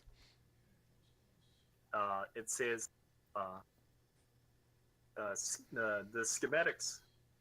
Sorry, schematics are located in the primary storage complex. Storage rooms to the north, east wing of the Rune Metal Harmonics containment laboratory. And then it says it actually adds information that you didn't ask, and it says production prototypes cannot be retrieved while Harmonic's containment is destabilized. Please reinitialize local power control if you wish to contain the harmonic destabilization. So she's translating this, and she goes, "We might want to put the power back on for this." We might, but if we do that, we're just turning the servitors back on, which I'm guessing are the Ken dolls. Oh, next question. She's going to ask it.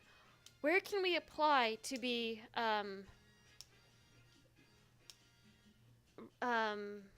Rune Madel employees?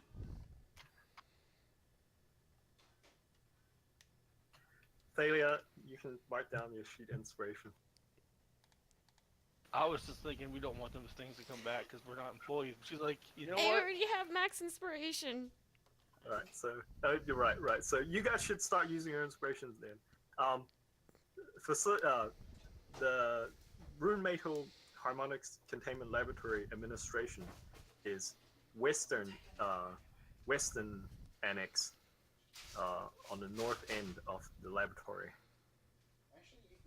Sorry, the Western wing on the north end of the Rune Metal Harmonics Containment Laboratory. That's fine. Most everybody has. So go north instead of south for power.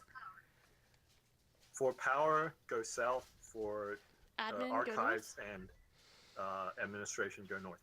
Okay, north it is. Let's go hire ourselves, and then we can turn the power back on. And this way, hopefully, they won't attack us if they see that we're employees.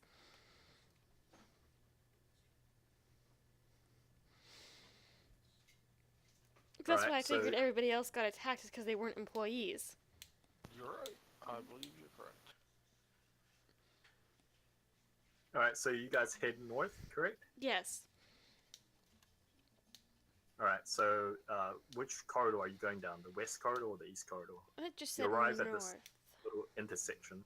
There's a passage going west and east. Let's go east first. Oh, wait a minute. Check out this alcove. Yeah, no, there's just a similar yellowish light that dims with every pulsation. Yeah, she'll go in it. It's probably the crystal guy, right? No, there's nothing in it. This alcove, you don't feel the same thing. okay. Don't feel the tingling sensation. It just seems to be a light source. Yeah, she'd go east first. Yeah. Actually, on the walls, you can see like an arrow pointing. You know, the classic Yes. signpost, and it says archives. Archives that way, and what's this way? It says admin. We want admin first. So she's Okay. gonna ask Milo. So Milo, you're send right. Rolf over there. Okay, so you can see at the end of this corridor in the dimly lit emergency lighting appears to be a small, well, not really a small, it's an ostentatious but comfortably sized office of some sort. It sits empty, there's no one in it, there's no body. It looks relatively undisturbed, except for the fact that it appears like someone has either just been hired or just been fired, because upon the desk sits two boxes made of some sort of like metal. You're not quite sure what kind of metal it is, but inside it you can see what are obviously like trophies and books and other kind of office junk that would belong to a person personally rather than company. Employee of the month. Black, that apparently he let his job slack off. Yeah, so do you enter the office? Yes. Alright, so you step into the office, you take a glance around. The books, the shelves seem to have various sorts of like books upon them. They're in surprisingly good condition considering the age of this facility and the last time someone visited it. And they go to the bag of holding. Okay, so you just start picking. Actually, about half of the books you So you might stop. So the first book you touch, that's fine. You pick it up, put it in the bag. But then there are other books that you touch them, and like they look superficially fine, but as soon as you go to pick them up, like they just start crumbling in your hand, almost as if like they've deteriorated, but like something was holding them, something just like that last little bit was holding them together in place until someone disturbed it. You continue grabbing, seeing which books deteriorate and which books that do not. Yeah, because even if they deteriorate, it's not going to be useful. But still, knowing the books that well, she might write down the titles if she can read the titles. Okay, so there's Ellesmer's expansive thesis on harmonics, and then there's Yeah, she would write Yeah. them down before grabbing them, because if it then it disintegrates, she'll see if she can't find the book somewhere else. yeah, and then there's Mordecai's magical theories, and then there's like volume 1, 2, and 3. Only 3 survives. Volume 1s and 2s disintegrates when you touch them. One of the books that's basically seated directly behind the desk on the shelf behind him says it says Reinhold's Comprehensive Guide to Self-Defense. And when you pick it up, the book basically folds in your hand. Basically, it crumples in your hand, and a metallic object falls out from the ragged pieces of paper and dust that crumples in your hand. And an ancient design-looking pepper box falls on the ground.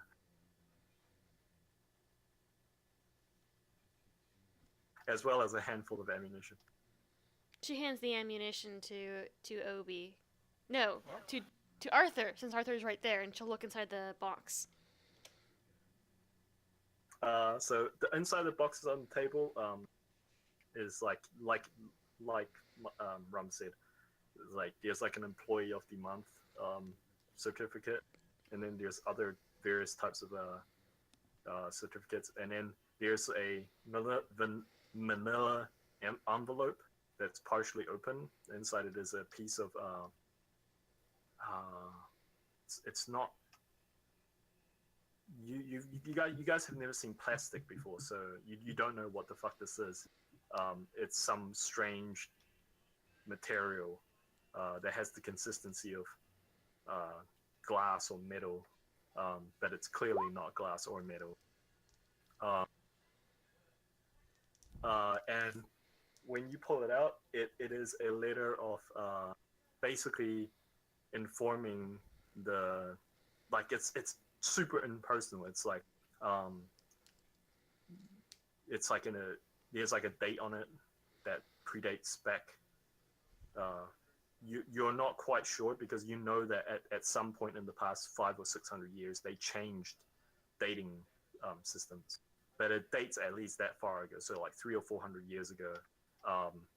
And it says something to the effect of like it gives a date on when the evacuation is to take place, and like what types of material and like an allotment of how much is permitted to be taken, and various other sorts of like minute details such as that.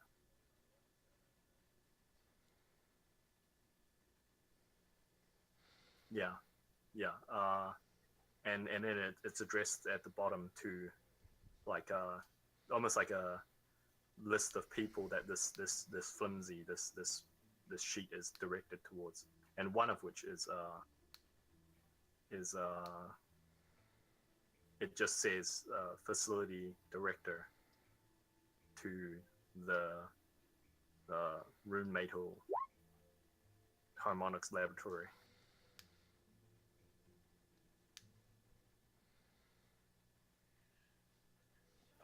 Oh, yes. You also find at the very bottom of this box a strange circular object the size of half your palm with a hole in the center of it in the shape of a pentagon. Woohoo! That's what we need, right? Or at least one of the things that we need. Should go into the other room once he's finished exploring this room. Where do you go? To the grayed out room. Oh no, that's a wall. Like Oh, okay. I replaced the. There was a corridor there, but there's now no corridor there because it doesn't exist. It's instead a great box. Okay. Yeah. So this is supposed to be the admin the area. Are there more key cards or not?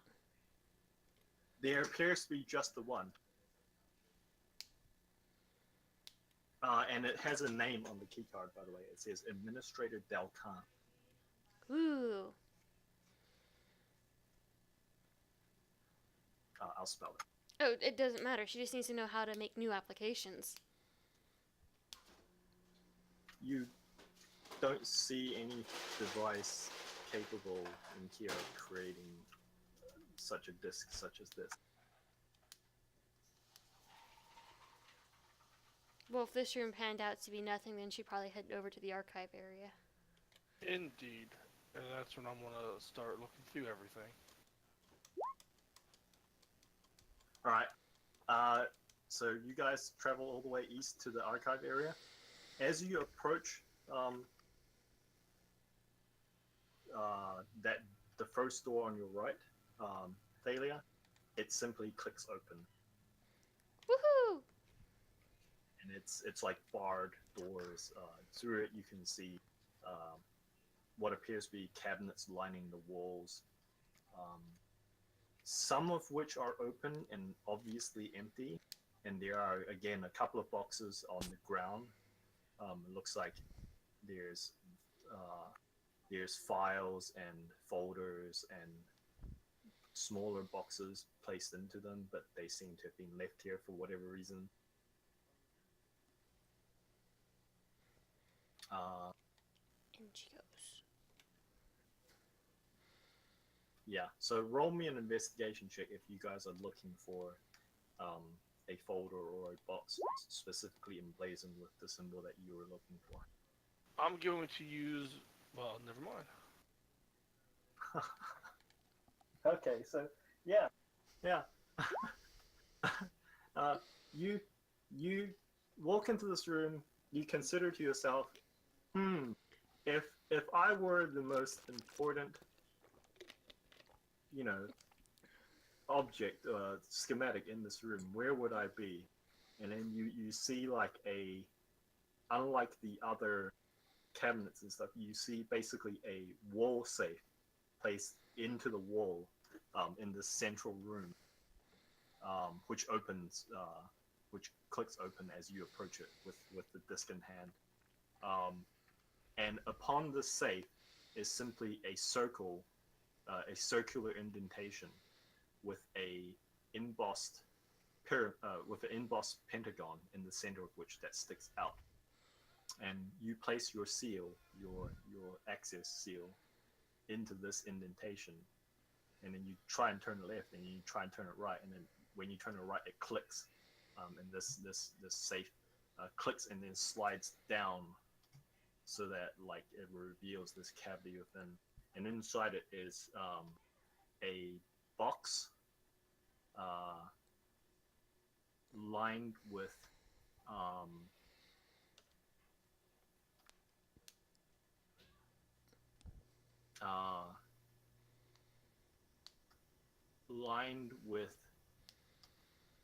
these pretzels, these triangular looking, the size of coins basically, metal, triangular coins for the lack of a better term. And you've seen these before, right? I was about to ask, are these the same ones that we got from those crazy guys? Oh, Yes, yeah. they're exactly the same ones. On one end, so on three sides of the triangle, it says Kismet, Fortune, Fate. No, sorry. It says Destiny, Fortune, Fate.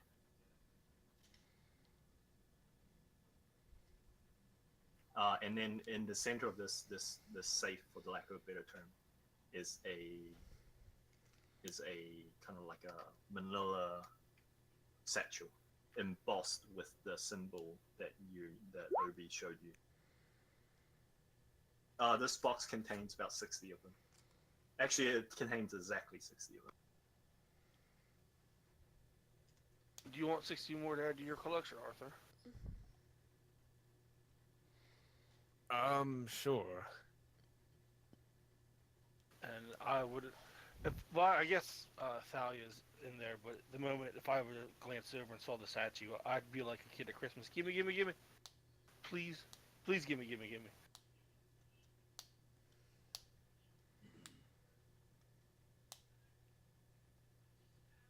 I think she's too busy writing notes. Yes. Well, if she does, I'd open it and. By the way, Obi, did you catch the part where a pepper box dropped on the ground? Yeah, I looked at it. I have it in my satchel right now, but it needs to be cleaned. Yeah. It's actually quite funny. It's it was contained. Apparently, someone had put it inside a book on self-defense. Self-defense, yeah, I caught that. But yeah, if I had hands on the manila satchel envelope or whatever, I'd slowly pull it out and take a look at the schematic. All right. There is a huge fucking disappointment when you look at the schematic, because it is immediately obvious to you. Like you don't even need to roll any checks. The shape of whatever it's the schematic is describing is clearly either a large handgun or a small carbine of some sort, but the construction of which is inlaid almost like in schematic language along the tops and bottoms of which in runic and arcane writing. It is obviously that this thing is a magical construct and not a mundane construct. Magic. However, this satchel is the contents that your teacher, your sensei, asked you to find down here. Well, this is what I was sent to get. It doesn't look that impressive. Don't what would you expect? do It's that. 150 years old. But I guess I'll take it, and then I'll go look through like some random folder to see if I find anything else interesting. Okay, inside it, so inside the satchel, there is a oval disc, and written upon it is a number, although you can't read the number. It's obvious it's a number though. I'd show it to Thalia. Thalia reads it as frequency 1086. It says frequency 1086. What does that mean? You magic folks, what is that frequency? Is that even a real word, or is that like a magic word? 186 or 106? 1086. So 1086. Added character, it's a harmonic room, so it's something, but that's all friggin' Greek to Obi.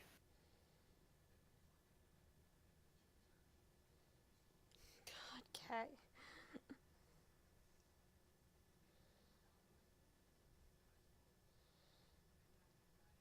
Do you guys know what that means? Hmm.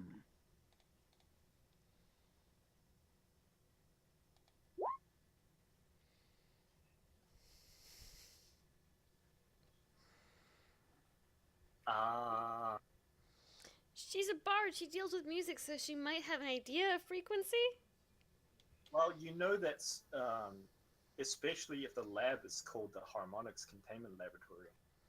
Harmonics has something to do with frequency.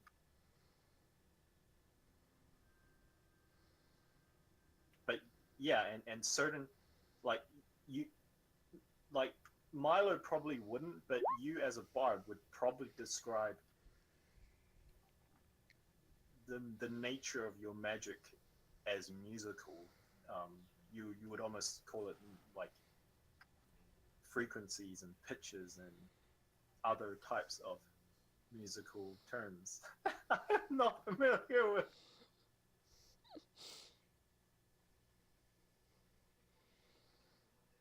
Uh, as for your 20 insight roll, you know what? I'll give you something for a 20 insight roll. You recall that the voice of the I don't want to say his name, so the voice of the Blue Prism told you that prototypes would be irretrievable if the harmonic containment is not restabilized. And to do so, you need to restore the power to the local control nexus.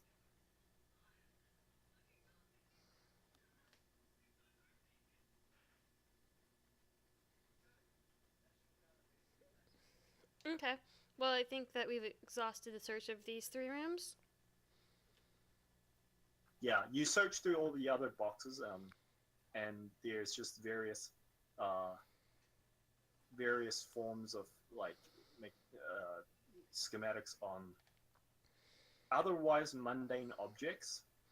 Like there's schematics for otherwise mundane objects, except for the fact that to your disappointment, Obadiah, that all of them appear to be magical schematics. Schematics that build magical objects, basically.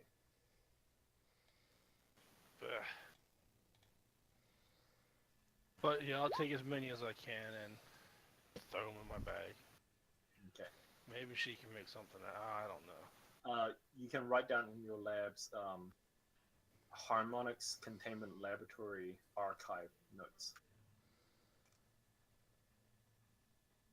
You got it.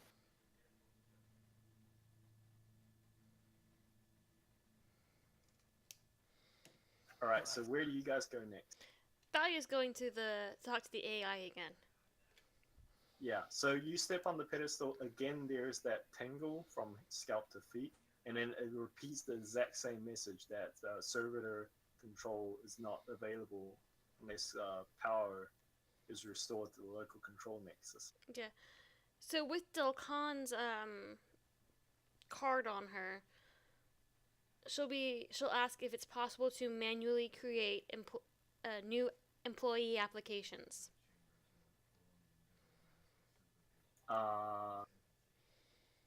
So it says employee applications are not processed here at the Harmonic's Harmonic's Containment Laboratory. You would have to. It explains to you that you would have to travel to the corporate offices of Dalford Ironworks subsidiary, Runemetal.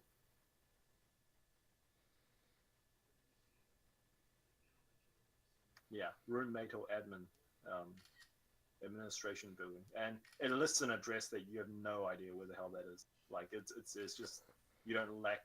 It's like someone who's never been to London, and like they're just like, oh yeah, go past like the bridge, and then like past the Big Ben and all that stuff, and you're like, what?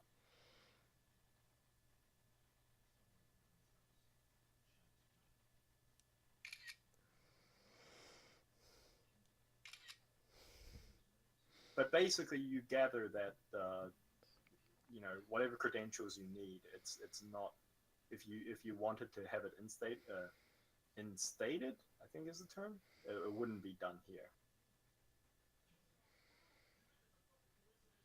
That's sad. Okay, well we still have the triangle tokens and Delcon's card.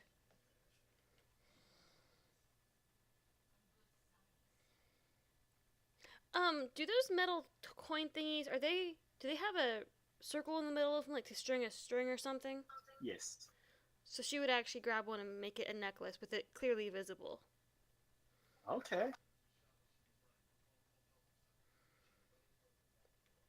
Huh. Okay. Okay. That's then, interesting. And then she'll head south, or southeast.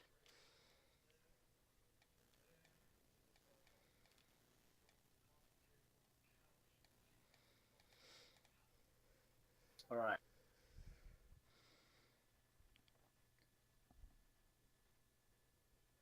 Okay. So what's everyone else doing while she heads southeast? Arthur is yeah. basically just following her, making sure nothing attacks her. Okay. Yeah, same here. So Oh, yeah, yeah. as you turn that corner, the smell of like acrid ozone becomes overpowering. Like you were smelling it before throughout this entire place, but as you turn the corner, the smell becomes like just overpowering.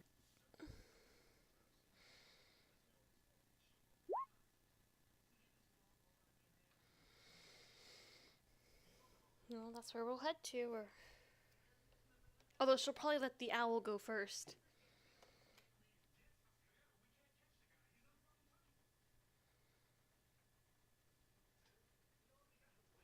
All right, Milo, do you send your Ellen first? Absolutely. I'll move him. Okay, so your owl goes around the corner, and I'll describe to you what it sees in the room. So in the room is you've seen the newfangled um, electricity device being showcased. You know, like these strange circular cranks that spin magnets around, and then like here's like a big orb that shoots lightning from one orb to another orb. What you're seeing here is an order of magnitude more complex and advanced than that. There are several conduits and giant capacitor banks that line the east and west side of this wall, as well as what appears to be some sort of complicated, like robust. I'm not talking about a switchboard here. I'm talking about like a maintenance, like a 5 to 6 feet wide bank of various componentry that you don't recognize. What catches your owl's eye is that there is a giant, sorry, not a giant is too big, large sized, and I mean large specifically, large sized amorphous shape of what you can only describe as a being of lightning standing in the middle of this room, and it's either projecting these giant arcs of electricity into the conduits on either side of the room, as well as the switchboard to the back, or it's pulling this electricity from the conduits and the switchboard to the back. But as your owl sees this, it's for lack of a better term, its head-shaped area seems to crackle, and a lance of lightning shoots out from its head, striking your owl, and then your connection to your owl is broken. Nah. I warn the rest of the group. I say we just leave. Arthur will say, perhaps that's the power failure. For 150 years? Maybe this generator thingy has been able to create enough power to feed this creature for that long. And since it gets enough food, it doesn't feel like moving.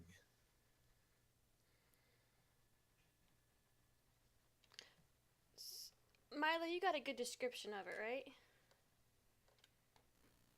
Yes. It looks something like this. So she'll hop back into one of the circles of lights. and query electrical being in power room, what do I do?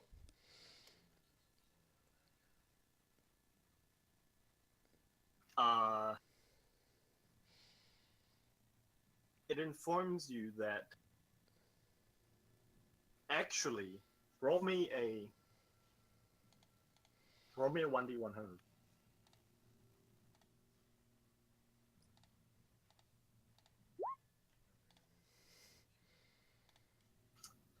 Okay, nice. Jesus Christ. Okay. It informs you that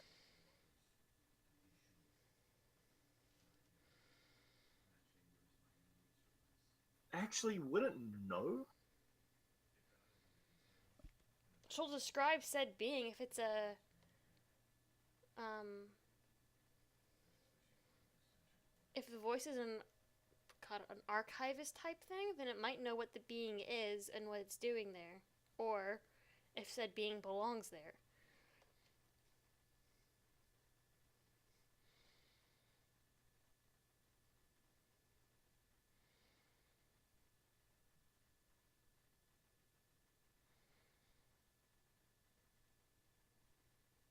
Yeah, no, it tells you that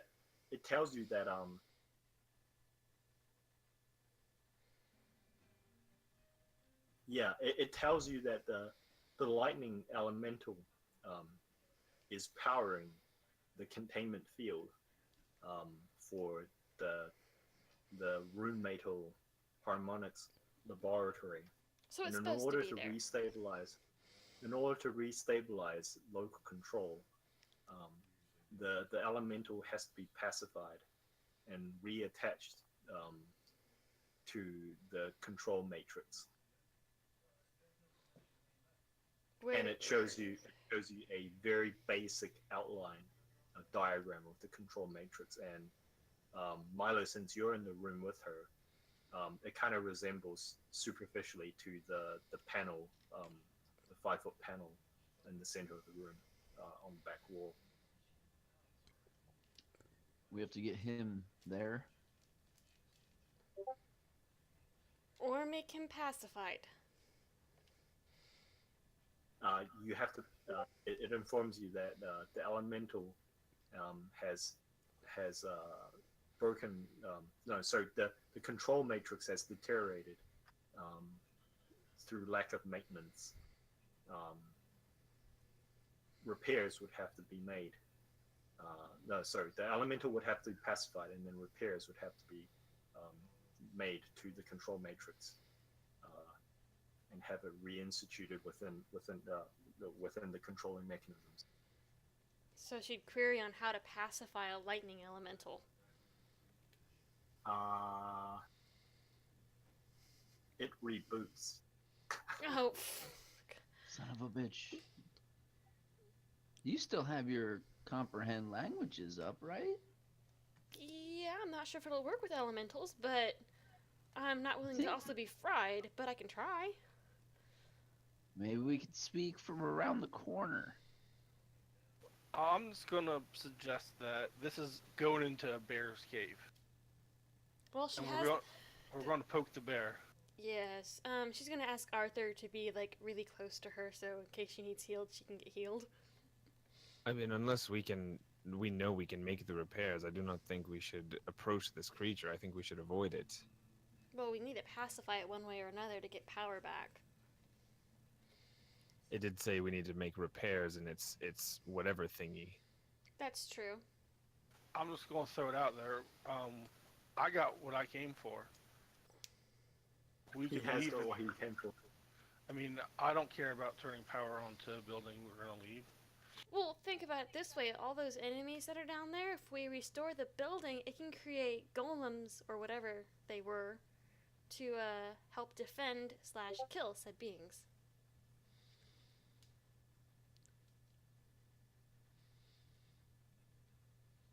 Well, you're not wrong, but we don't know that they're down there. I mean, it's probably a safe bet. So the voice, the AI, whatever you're calling it, it's rebooted a couple of times in a row. and halfway through its mid reboot, you finish saying we could create golems in order to kill, and the voice says to you specifically, like near you, they out of like the walls of the ceiling. Oh, neat. Says Administrator Del Khan, do you request Sentinel production? And then it reboots. That's hilarious. So now we know what the Sentinels are. She's gonna query on how to fix terminal. It's still rebooting. Oh. Well, then she's gonna stay sitting in the light for a little bit, because sitting, or, well, no, she's gonna lay on the ground, so she says, this is a rock, right, on the ground? Yeah. So she's gonna lay on the ground and try and talk to the elemental. Like with her head just barely poking out of the corner. Ah. I'm going to back up and sigh and get my gun. It thrashes and tries to fry your face, but I assume you're basically ready to duck back behind the wall as soon as it makes hostile action. Basically, yeah. But she was just like trying to create the smallest possible target. A large lance of electricity blasts through the wall and the stone beside you, crackling off its surface, and like you think you may have like your hair might look like a little bit like Harmoni's or whatever. Fucking yeah, a little bit like that, but otherwise you're largely unharmed. You might be missing like some eyebrows. Nah, it's okay. But so she'll ignore that thing then. But it doesn't say anything, but it seems to be extremely upset in its current condition. Like, extremely. Like, in fact, as you're gone, it continues throwing a fit lightning into the corridor. How do we pacify a lightning elemental?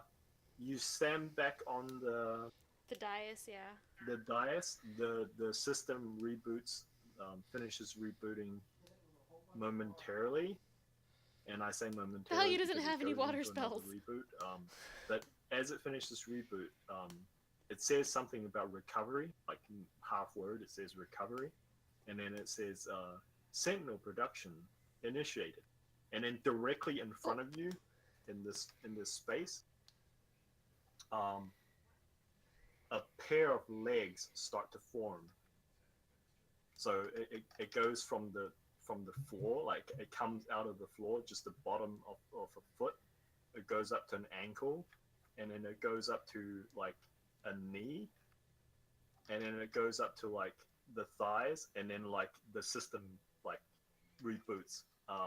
There's like a statically warble sound, and then the system reboots, and then it just stops, and there's just this like this pair of legs standing in the middle of the room. And it kind of freaks you out, Failure, a little bit, because Do the legs start walking on their own?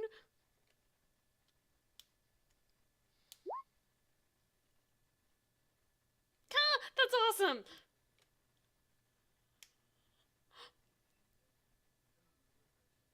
obviously without the boots. Yes, well, she's not wearing her boots. Yeah, so actually everyone else can probably see. Well, no. Yeah, probably no one else, because obviously there's no clothing on these legs, so probably you would only recognize them. I don't know. Up to you. It'd be interesting. Okay. But she's kind of intrigued, so it keeps rebooting itself. Yeah, basically.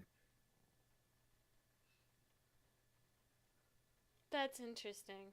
It seems to have gone into some sort of corruption loop, and it seems to be trying to recover, but it's having limited success. This area seems more heavily damaged than for example, the foyer. Yeah. Well, while it's trying to fix itself, should probably go exploring the other rooms that are down here. Okay. So the rooms to the east contain some kind of. I'll just walk you through them. The room to the east contains a large circular tank. The north room in this eastern bit on the south contains a large circular tank. It contains a dome in the center of the room that overlooks a tank that's inset into the floor of the room.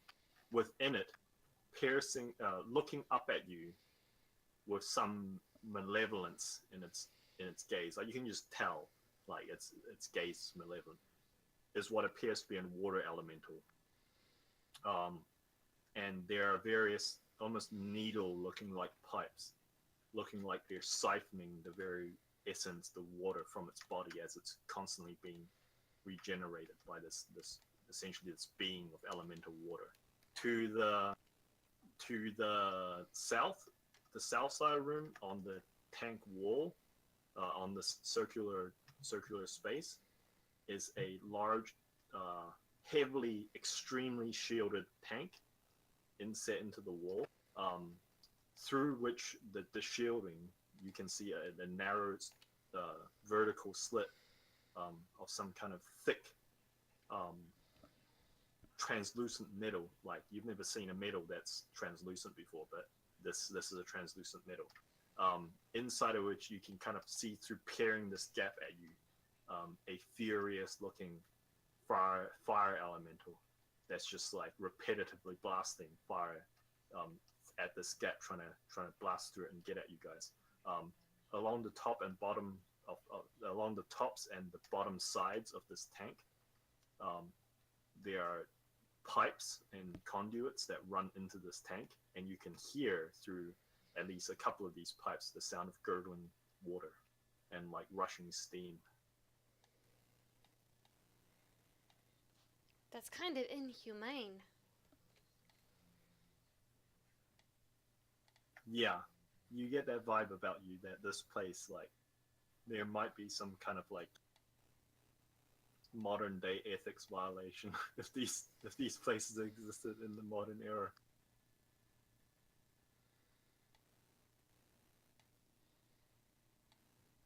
So she'll mention it to Arthur that there's a trapped fire and water elemental in those rooms. Pretty sure they have something to do with energy production or something here. It would probably suggest that there's probably other elementals in the other side doing the same thing. Well, only way to know is check. And she actually takes the long way around. She takes the long way That's around. Probably prudent. North room first. Alright, north room appears to be some sort of like a break room or a common room of sort. There are 3 bunks, so 6 beds each, with a circular table in the middle with 4 seats. There is various accoutrements. There's actually, interestingly enough, there's like a sink, there's like a cabinet. There's also what appears to be a plate, a cooking plate. However, there's no visible way of powering there's no fire, there's no stove underneath the cooking plate. However, when you place an object on top of the cooking plate, the plate almost immediately starts to glow red and hot. And the taps themselves have water in them, and they have hot and cold water. Although now that you've seen the source of this water, I don't know how keen you are. Well, she wouldn't drink it, but she has her own water. Yeah. She wanted to investigate the bunks. Okay. They appear like they haven't been used in just about forever. disuse. Otherwise, there's nothing extraordinary about them. They're just bunks, like top and bottom, with like a ladder. The bedding is. I don't think it's moldy, but it's definitely Musty? got that aged smell about it. Yeah, musty. Yeah, so if this room yields nothing, she'd go south room by room. Right. The south two rooms appear to be bathrooms or showers or some sort. One of them is fairly heavy industrial looking showers. Within it, actually, you find inside one of the cabinets something that looks very similar to the image that you were shown of a Type 3 environmental protection. Is what was shown, and the sign at the at the top of the room when you're entering it says clean room, and the other one says showers. No, it says changing room actually. What size is the suit? Who would it fit most? It is medium. What's it made out of? You have no idea. It's not leather, and it's not metal, and it's not cloth. It's cool to the touch. It's a little bit slippery. It's a little bit thick, and it's very flexible. I was going to ask about that. Is rubber like out of character? Is that like a normal thing in this world? Oh yeah, it resembles rubber. Yeah, it does resemble rubber. Well, based on everybody's size, who would it fit the best? Probably either yourself or Arthur. Probably not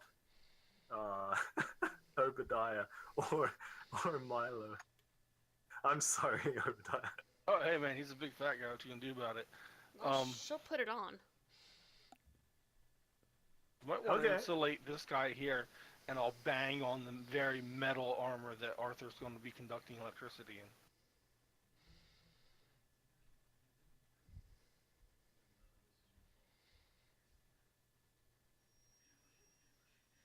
It looks something like that. Are the shoes that you can buy, are they like strictly leather, or are there rubber-soled shoes at this time in the world? They are typically leather, but there are rubber-soled shoes. They're rare though, and they don't last as long as leather does. Okay.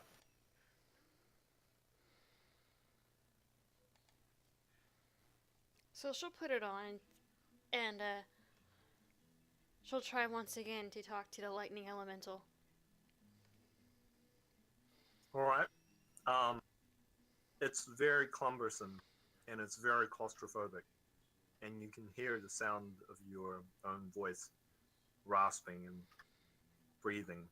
You seem to have no problem breathing in this thing, and you try it out for a little while before you go anywhere, just to make sure like you won't suffocate in here. You don't seem to be. And you go talk to it tries to kill you, like it just tries to kill you. But it doesn't seem to have been. No, it doesn't seem to be. Its electricity doesn't seem to be having much effect. It just seems to avoid striking you specifically and hit other points and scorch marks in the walls and floors. Oh, and she was seriously doubting this would work, but she was glad that it is.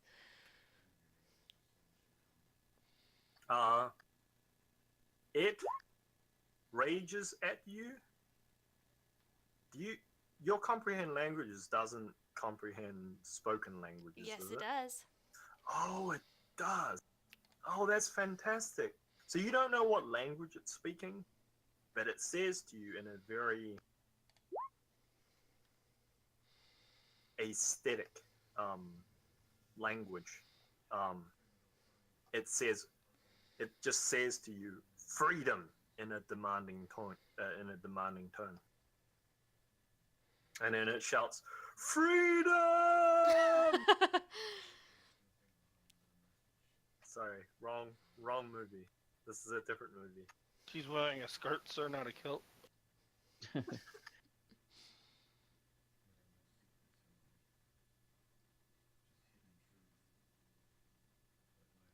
It shouts at you again, freedom! And then it tries to murder you with lightning again.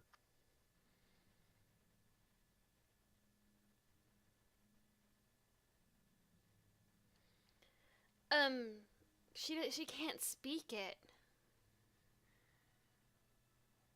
So she'll say in Elvish, hoping it understands it. God.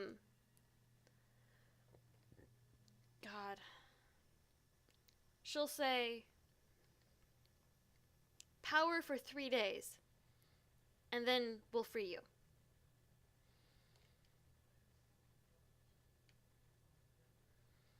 Can you cast that on anyone? Can you cast No. comprehend No, language unfortunately, on it's just self.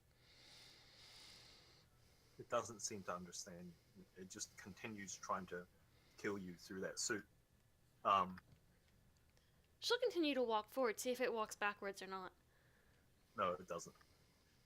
It strains almost as from these electricity arcs that are like pulling its left and right arm Oh, towards. okay. So we said that the back one was damaged? Yeah, the back wall is damaged. As you try and circle, as you get closer to it, though, it tries to,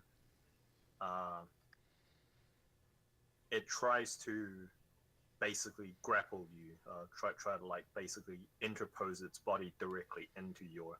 And for the first time, you feel the feeling of like being too close to a high voltage source, like the hairs on your arms stand on end, and a symbol appears on the faceplate, on the interior of the faceplate that you're wearing. It's a little squiggly line. Oh, danger. Yeah. Actually, you've got comprehend languages, so you can tell that the symbol says to you, warning, high voltage source. And then at the bottom, there's a quick flash of like as you pull back. Obviously, unless you tell me that you're basically going ahead. As you pull back, you see a little flash scroll at the bottom, and in this archaic Elvish, it says exceeding suit tolerance. So yeah, so she'd back up quickly. All right. So you gather that this suit doesn't make you like immune to lightning damage. No, It just apparently makes not. you resistant.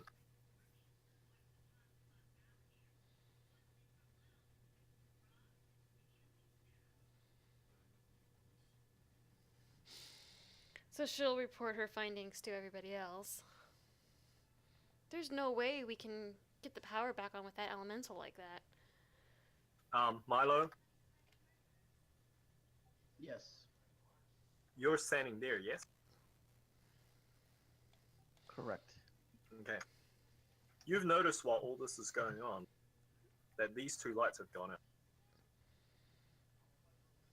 Sorry, so actually I can't pick them up for whatever reason, so I'm just gonna draw over them.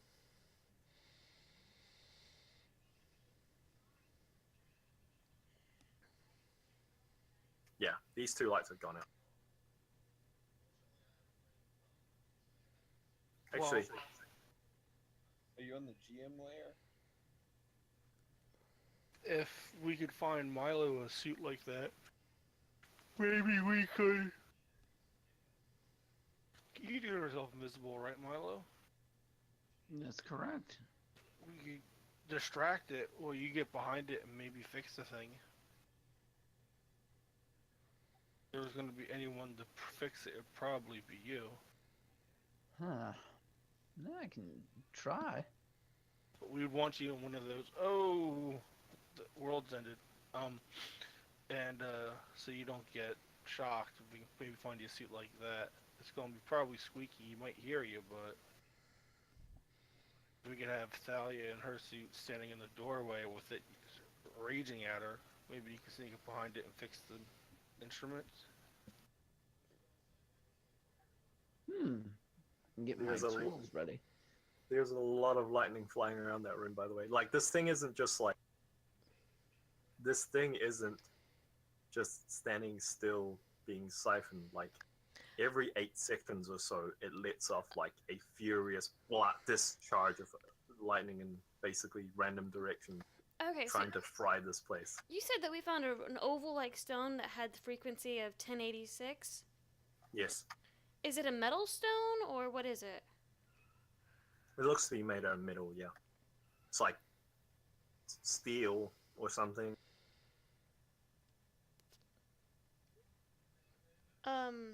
Is it like just a stone type thing? No, it's a basically a Well, Um, shape-wise, because you said yeah, it was like an oval it's an stone. oval. Yeah, so it's an oval disc basically. Oh, okay. It's a plaque essentially. Like something I could hit that could make a sound? Yeah. I mean, if you hit it, it would make a sound. It doesn't ring like a chime or anything. Just tinks. Yeah, well, I was hoping it'd actually be that frequency 1086. The voice says, frequency storage cannot be accessed while, and then it reboots. Oh, then at this point she's gonna go to one of those things, because it's probably the stupid, Sentinel thing. She'll, when it finishes rebooting, shut down Sentinels. There are no operational sentinels within the Harmonics containment laboratory. The Rune Metal Harmonics containment laboratory. Well, it's currently making one. It says. Stop production is what she's trying to say. Oh, okay. Yeah. It says, production halted. The legs don't go anywhere though. They're still there. That's fine. And she'll say frequency 1086. It says, frequency storage cannot be, and then it reboots. God damn it. Like every single time you say frequency 1086, it says frequency storage cannot be, and then the lights dim, and then like it resets, almost like as if it's losing Power. or something.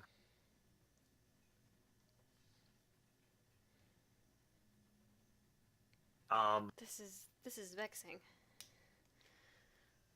Yeah, give me a perception check for everyone.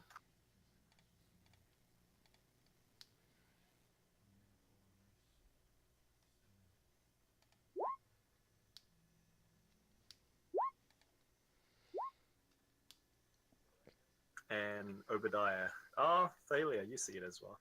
Okay, yeah. So you glance over at the dimmed out alcoves, the alcoves that no longer have lights in them, and again you hear now that you know what that sound is, you hear from the south that elemental give out like a furious shriek, and then like there's like a discharge of electricity, like and then this light over here winks out towards the south, and you can see for a moment the chaotic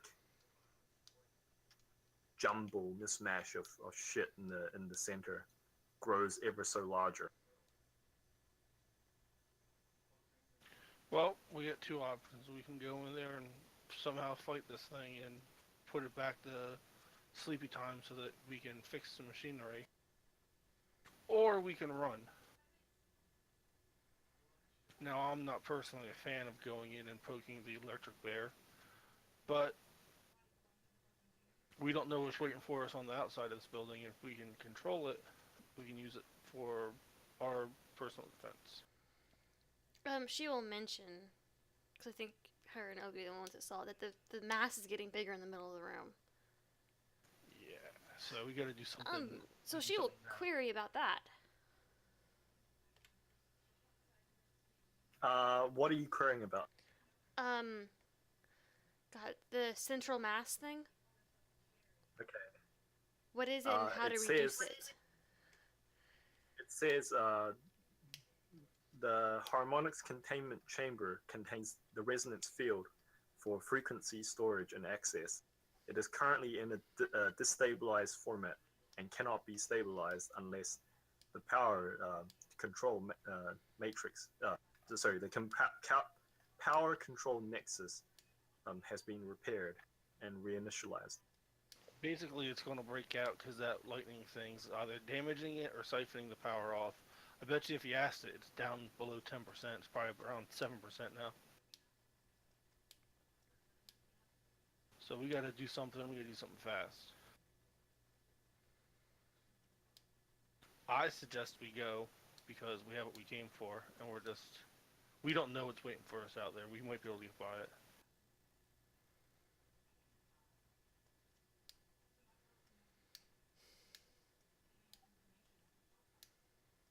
All right, so I think it's time for a group vote. Are you voting to stay and try and pacify this thing and repair the mechanism, or are you GTFOing? I'm voting to go. Oh, it might be best just to go because she has no way to pacify it. And we got to fight this spawn. We don't know how to deal with friggin' lightning monsters.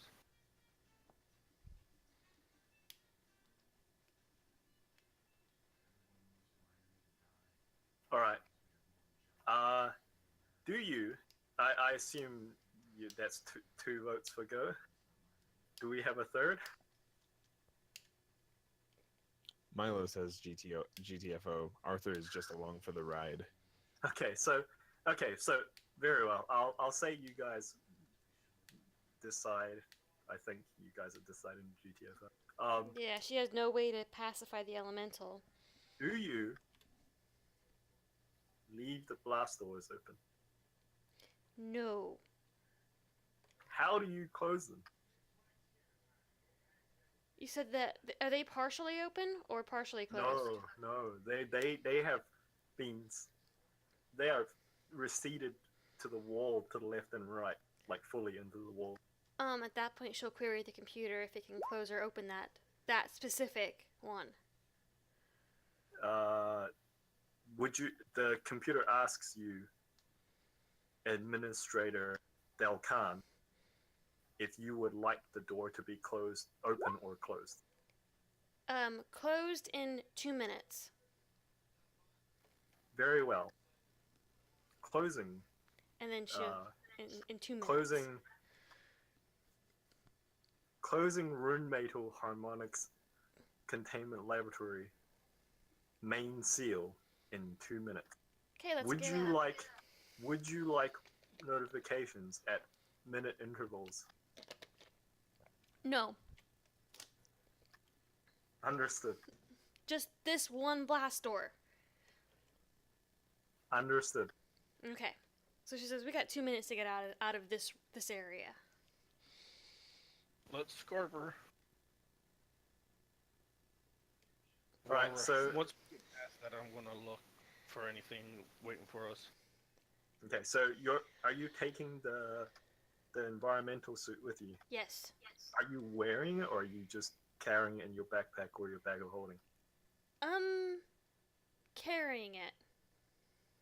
Okay. But for the sake of mechanics, you have decreased 10 feet of movement while you're wearing it. Oh, that's fine. You have disadvantage on all acrobatics and athletics checks and all attack rolls with just all attack rolls in general.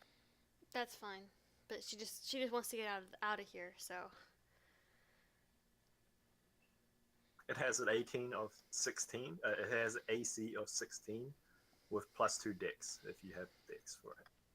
She does have dex, I believe. Damn, that's better than my armor. Yeah, it's better than my armor 2x2.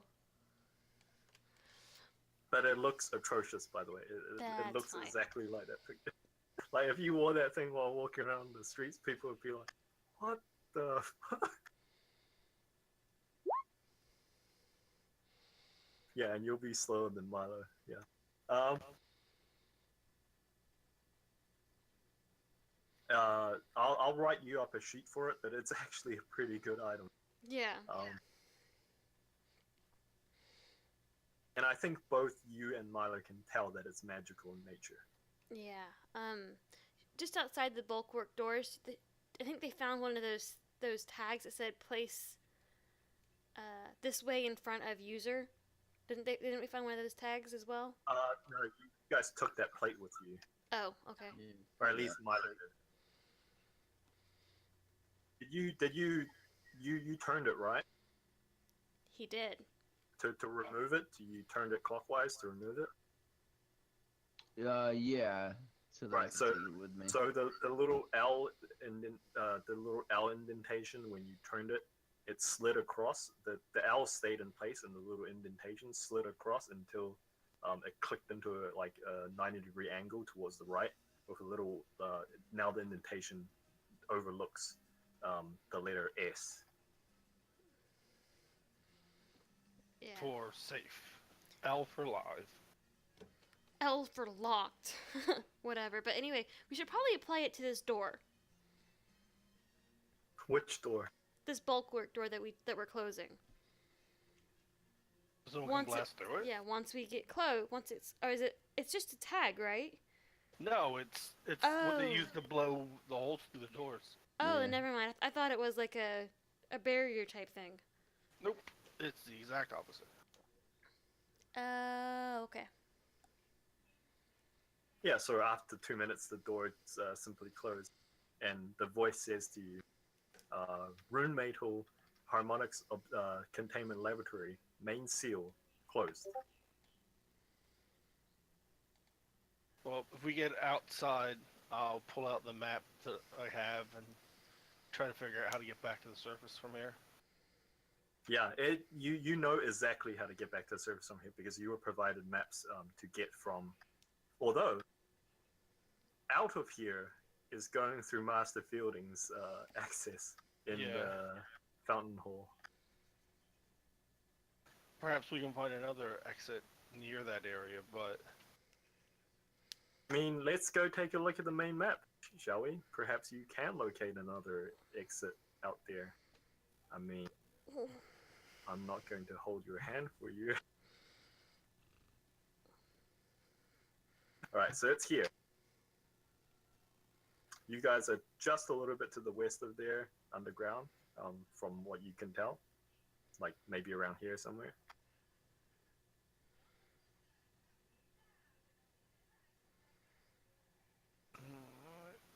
let's see. And where did we come from? You came from down here somewhere. And where's the place that we found the church people that wanted to burn all the church people? What am I saying? The church that was in the middle of the thing under the boiler house. That's thingy. the abbey, the Baystall cult abbey. The one of the giant hole that the people drank featherfall potions and jumped into. Yeah. Yeah, that's the Daystar cult abbey. Ah, Daystar. Right. I mean, that's a giant hole. Maybe they were coming down this way. We can get up that way. I don't know how we'd get up that way. Oh, wait a but minute. Didn't we kind of blockade the boiler room that one time? I remember shooting the guy's leg off. Oh, yeah. No, we reopened it. Do we want to head that way? Or do we want to try and find another way out?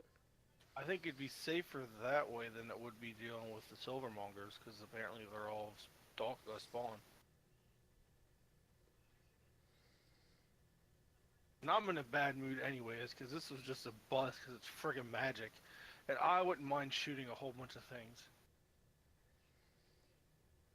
Well, we just stay down here until Milo learns teleport, and then we get out that way. I mean, we have a lot of rope. If we can get a rope up the thing the guys jumped down, we could climb up. Granted, I don't look forward to that, but it's better than dying down here. And we just got to get I mean, the bird can't carry it because it's too heavy.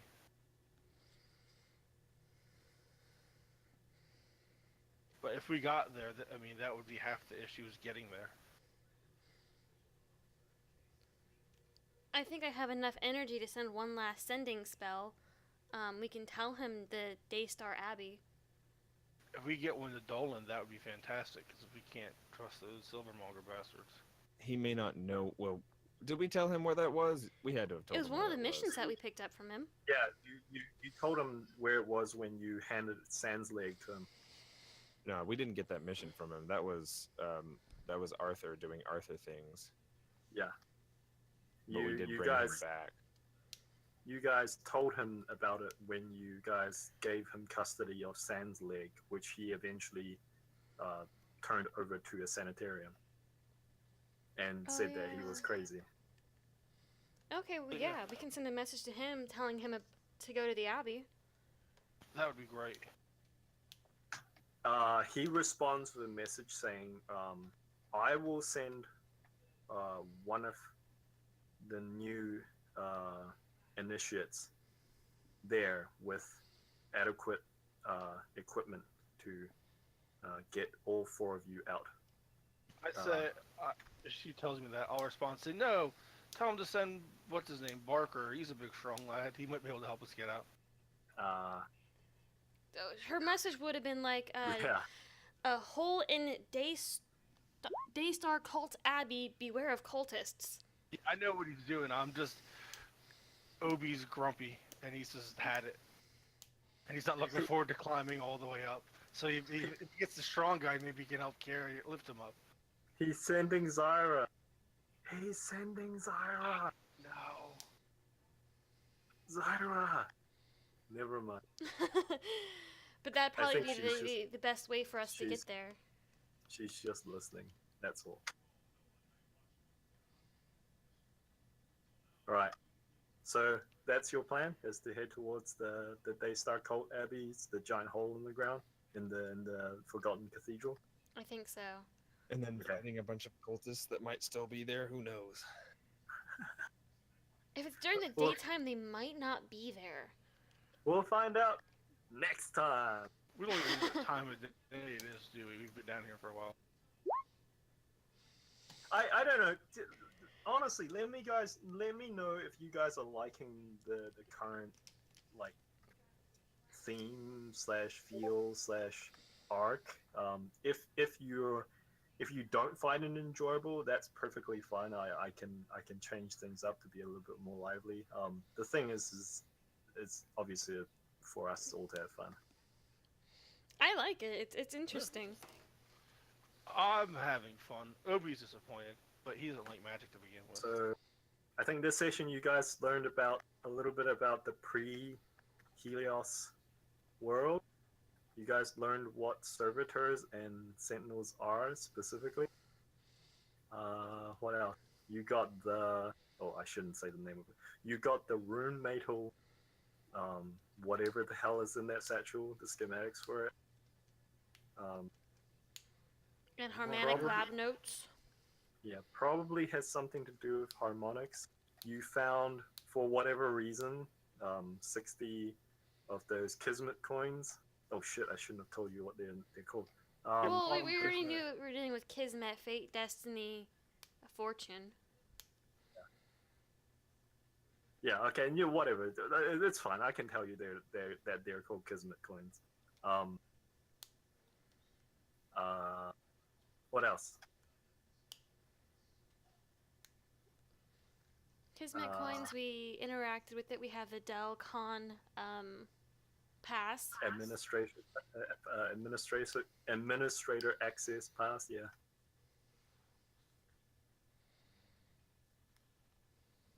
And you ran into the building's construct. Sorry, not construct intelligence. It's not a virtual intelligence, and it's not a artificial intelligence. It's a BI. It's a broken intelligence. It's Codsworth, basically, but more useless than him. Wow. Hey, you try being in disrepair for 500 years. No. Obi's just upset. Shit. I've heard of Apple phones breaking after 2 years.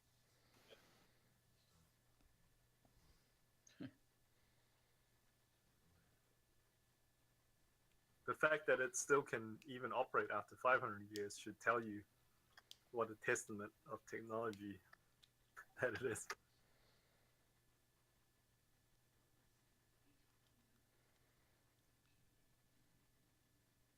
All right. So, any comments, notes? But Apple's made to break, though. You can't compare that. Yeah, that's true. And then he's actually saying like the complete truth, by the way. Like it's actually built into the fucking circuitry. Like they have built-in redundancy into their chipsets. Apple is so fucking evil. Like don't buy Apple, man. Oh, I'm now charging my iPhone.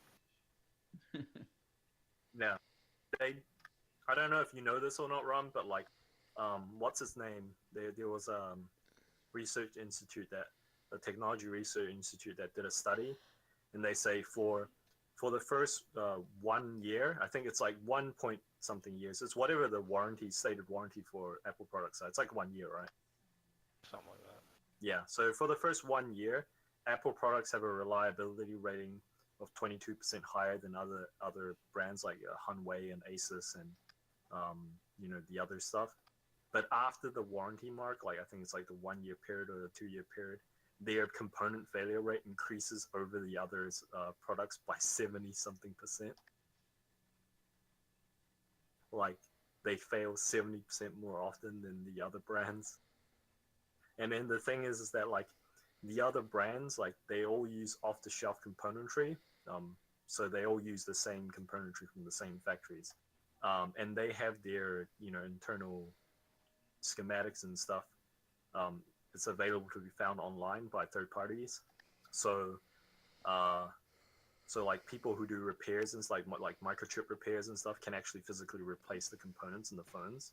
Whereas like Apple's like all of their stuff is proprietary stuff, and they don't allow third parties to like own any of their patents and stuff like that. So no one can repair their phones except for fucking those idiots at Genius stores. And then like as you know, those idiots at Genius stores, they don't know how to fucking do componentry repair. They just like, oh, you want it repaired? I'll send it to the factory.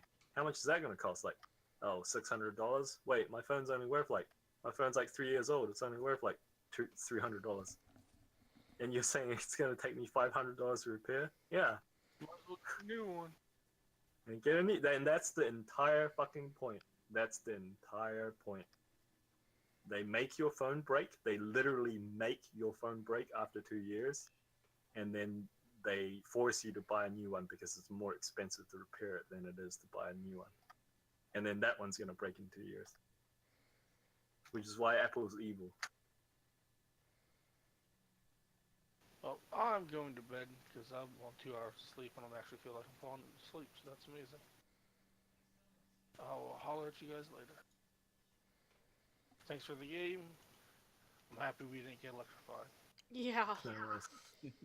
I can't wait until you actually turn in that quest, because that item is amazing. If you say so, it's magic. Friggin' magic. I think Obi was like expecting like a tank. I'm sure like, and once I find out what it is, I'm sure it's ridiculous, like you said. But Obi just wanted a tank. Friggin' magic. Anyways, night. See you guys. I'll catch you guys later.